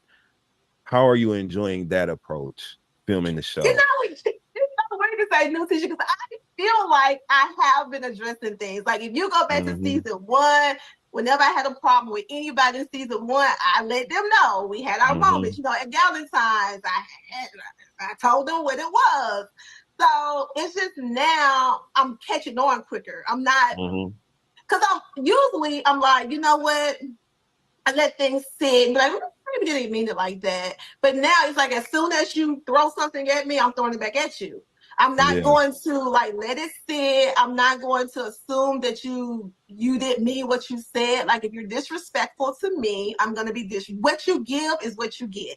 Like, that's what I'm on. And I'm trying, and that's not me, because I am a really kind person and I want to just have a good time. Now, everybody to get along and we just have fun. But I just feel like people take my kindness as a weakness and they use that against me. And that's what I don't like. Yeah. Girl, it is the future of your business is here. With Wix, you get advanced AI capabilities. The whole victim in here, ain't she? I'm really a nice person. She ain't just like damn. What about your relationship with your sister-in-law, Kimmy, right? We saw that they had a little montage this season that showed kind of your journey through friendship with Kimmy over the years. And it was really, I thought it was great how you guys were able to talk through the decision of whether or not to work on a project together, and you were really honest with each other. What's going on with you and Kimmy today? Are you guys good? Is everything, you know, okay with you guys today and your communication? Yeah, we're good. We're good, honestly. We had a bad scene and Kimmy called me. She was the first person to call me and check up on me. So we're good. And we can't stay like upset with one another for a long time. Marcel and Marisa literally not only brothers, they're best friends for real. Yes. So we can't let anything affect that relationship. So we're good. I like the space that we're in right now. Okay, that's wonderful. And that, as we go around the curve of the core 6, right, that brings us around to Melody, right? And we've seen a journey. We've seen a journey between your friendship with Melody, and we've seen you all. Yes. We've seen a journey. And so what I love most is that through that journey, right, with the ups and the downs, we've seen you all come back up. And I love that. I love that we've seen you all be able to, that scene when you guys were at the was it like a plant shop when you were with me, her and Kimmy. Yes, refreshing. You guys were sitting there kicking it, talking, and it felt good. It felt like such a throwback to the original, the way that we were introduced to you all in the cast. Talk to us a little bit, Tisha, about your relationship with Melody. Are you friends with Melody? What do you see as far as like the future of your relationship with Melody? What's going on with you two right now? So when I first got on, I was like, you know, I had a scene with somebody yesterday, and it was a really good scene, and the conversation just flowed. It was just like girlfriends talking. That was with Mel. Yes. So so we're able to, you know, sit down, you know, have good moments, do what we're supposed to do, laugh, kiki, haha, and keep it moving. Mel through the girls trip. And so she did a great job with planning that trip. And there's something that took place on that trip, and you would see a conversation between me, Kimmy, and Mel that really would let the viewers know, like, dang, they have really come a long way. So, good. That's music to our ears, because we love that harmony amongst you guys. And things happen, you know what I mean, in relationships. There's ups and downs, and relationships are going to do that. But hearing you say that you all found your way back to some sort of resolve is so great. It's music to our ears as viewers, because we want to see y'all get along. You know what I mean? I think that over the years that we've been experiencing reality TV, people have really attached themselves to the moments of confrontation, right? And what made those interesting back in the day was that they were rare. Shows weren't built on confrontation. We couldn't believe that we were watching people have an argument and figure it out. And so we don't really want to see that. We want to see you guys having a good time. We want to see you guys on the same accord and finding peace. So that feels so good to hear that you guys have kind of found a flow at this point in the game, this many years deep in the game. Yeah, we want that too. Like, we said, it was like, if we have an issue, we're not going to hold it in. We're going to go ahead and let each other know at the time. Let's have a conversation about it, because I do feel like any type of conflict you have, a lot of time it can just be miscommunication, and you can resolve it by having to sit down and talking to one another. Hey girl, you made me feel this way. You know, as long as that person can acknowledge your feelings, you don't even have to agree with it, but say, hey, you know what? I apologize. I made you feel that way. And we keep it moving. So I think that's what we want to see more of as well. You think that's what Sonny should have said to Destiny when they talk? Oh, Jesus. That's a lot. Talk to me about that, Tisha, because when we saw that conversation that Kimmy set up for you and her and Sonny to have, it was pretty clear that you shared the same sentiment as a lot of other people who have been privy to that relationship or the origin story of their relationship. How do you feel about Sonny and Moses being together, Tisha? Yeah, I mean, I think I was very vocal about how I felt about the situation because I'm a girl's girl. I have a lot of girlfriends, and even when me and Marcel got to get together, I went through all my friends in college. Hey, girl, have you ever tried to talk to you? And I understand we're older now. Why would you ask your girlfriends that? Is much smaller. But my whole thing is, whatever took place with Sonny and Moses, I just feel like from the very beginning, Sonny should have hit Destiny up and be like, hey, girl, listen, he's trying to talk to me. How do you feel about that? And even if Destiny would have been like, hey, I don't think you should do that. She's grown. She can do what she want to do. But at least giving her the heads up in the very beginning of things. I think that would have been cool. That should have been a conversation had up front. I knew Sonny when she was the producer on the show. And like I told her, you don't seem like the type of trifling female. Like, I didn't get that vibe from you. So I'm so surprised that you would do this. And Destiny is my girl, but at the end of the day, right is right and wrong is wrong. So it was just wrong to me. I'm not just blindly taking up for Destiny because she's my friend and Sonny is not. No, like, the situation was just not a good situation. I'm Alfonso Ribeiro. Join me as we celebrate our country's birthday with a star-studded musical extravaganza. We're almost at the end. Yeah, I think that viewers could kind of tell that too. Your reaction or response to that was rooted from a place of a lack of integrity in what you saw. And it was more than just you sticking up for your girl. We could see you had a visceral reaction to her walking into that scene. And we could tell that it was deep and that it was a fundamental, like a foundational issue. You really felt like there was some bad decisions being made on her behalf. A lot of viewers feel the same way that you felt about that, Letitia, and that you know, Sonny kind of broke the girl code in entering her relationship with Moses. And you feel like that as well, right?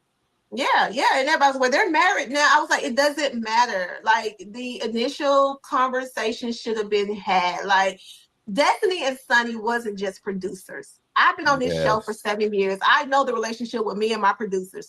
They hung out outside of the show. They talked outside of the show. It was, hey girl, I miss you. Hey girl, I love you. That is not the type of relationship you have with just a producer. I don't care how Sonny try to downplay it. And then the whole another thing is, it's like Sonny got so much heat for Destiny. I'm like, you're wrong. Like, why do you have all this heat for her? How is it her fault that this, you know, took place? Destiny is gonna feel some type of way. You did her dirty. Like, it's not about you trying to discredit Destiny and tarnish her name. Like that's not okay either. Like, girl, listen, I'm sorry, Destiny. I fell in love with him. Yes, I should have told you about it earlier. You know, yes, I should have been more open about it to you. And I'm sorry. That's all she had to say. And I'm sure Destiny would be like, you know what, girl? Okay. You know, keep it moving. I wouldn't trust you no more. We can't hang around each other anymore, but it is what it is. But no, now is talking about Destiny and trying to dog her out. And even Moses, I saw the interview that he did with you and all the stuff he had to say. I'm like, really? Yeah. Really? Yeah, it was a little odd. I agree. Nell Fletcher. Yeah. We saw a very spirited conversation that you all had at her birthday party. What's up with you and Nell at this point, Tisha? Have you guys kind of found your way to some sort of like harmony, or are things a little bit disconnected still with you and Nell? You know, I don't know, because we haven't had a follow-up conversation since her birthday party. Like, we've been around each other and we've been able to be in the same room and, you know, laugh, keep it moving. But we have not had a conversation since then. And my whole thing, I know people was like, oh, she was tipsy. I feel the exact, like, no, I said what I had to say. Like, I feel the exact same way when I was in the limousine ride with the Scott going to the party as I felt at the party. And I had the conversation with Nell right then and there. Like, girl, I mean, I'm sorry, not girl, it's not to be disrespectful, but you letting these fans dictate your relationship with people. And you said up front, when me, Nell, Chris, and Marcel had our dinner, nobody can tell me who to be cool with. I'm going to do what I want to do. I'm like, okay. But when someone called her out for hanging around, she was just like, well, she did say Tisha has her own friend, which is true. I'm Tisha's mentor. Like, we don't have a mentor-mentee relationship. So my whole thing is, don't deny me, you know, in front of people. You can easily be like, listen, Tisha and I, we hung out, we had a good time. That's it. No, we're not friends. We're co-workers. We're getting to know one another, because I don't really know her like that. So we're getting to know one another. When we hang out, we have a good time. That's all she had to say. You don't have to make up a whole lie and say she's my mentor. Like, no. The conversations that Nell and I have had has all been on TV. We only had one conversation outside of TV where I called her to ask her how she was feeling about the reunion, because it was her first time coming to the reunion. But other than that, like, we don't have a mentor-mentee relationship. So, and that was my whole thing. I was just trying to let her know then and there. And I hate it happened at the party, but hey, the opportunity presented itself. So why not have the conversation right then and there? Did you feel like Nell was being condescending when she designated herself as your mentor and you as her mentee? Is that why did it offend you, or what was it about that outside of it not being true per what you said? What was it about that kind of made you have that reaction when you heard her say that she was your mentor and you were her mentee? Yeah, it did kind of offend me, because I'm like, if you got a lie to be around me, then I'd rather you not even be around me. Mm-hmm. Like, if you have to say, I'm going to deny you. If this woman is saying, if Nell is saying she don't feel like that you and her were friends, then why can't you accept that? Tisha think that everybody's supposed to be her damn friend.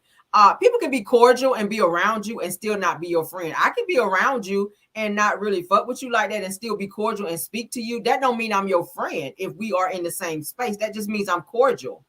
You and Nell ain't even the same age range to even be friends. Maybe she don't see you as somebody that she would hang out and be trustworthy enough to call a friend. She invited you to obviously her party because y'all are filming together. I believe if you guys weren't on the show, she would have not reached out to you, even if she knew you, to invite you to her damn party, because you are immature as hell, Tisha. Like, for real, you are very immature and you are emotionally needy, and you do that to every cast member. You did it to Mel as soon as she walked into the party. You came over there trying to get some emotional support from her, all up in her damn face. And then you were looking for attention the entire night from everyone, including Stormy. Child, let's continue. She's a hot damn mess. People would ask you about hanging around you, then please don't do me no favor about hanging around me. Girl, yeah. We don't have to hang around one another. Yeah. So yeah, it did kind of hurt my feelings. Like, dang, that's messed up, because I looked at Nell and Nell was good. She's older than us. They've been married longer than us. Mm-hmm. So her and Chris, their marriage, their relationship is fun. They laugh, they joke, they dance around one another. So it's a good time hanging around them. So I wouldn't discredit her or talk down about her because my fan base may not like her. I'm still going to speak up for her. At the end, guys. And I just expect the exact same thing. That's it. Yeah. Well, listen, Tisha, I think that obviously there's a lot more to see this season coming.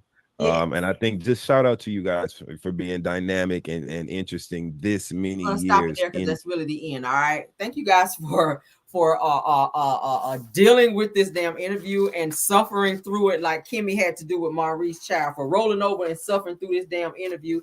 I wanted you guys to hear the things that was coming out of Tisha's mouth, because she was not being honest 100% in this damn interview. She was over talking Dustin. She might need to take some classes in terms of how to interview. You let the person that's interviewing you speak, and then you reciprocate what they're saying. You don't over talk, and then you were very long-winded in your responses as well. It's giving that you don't talk to adults all the time, because when you get the opportunity, you're very much so long-winded, and it's kind of fucking annoying.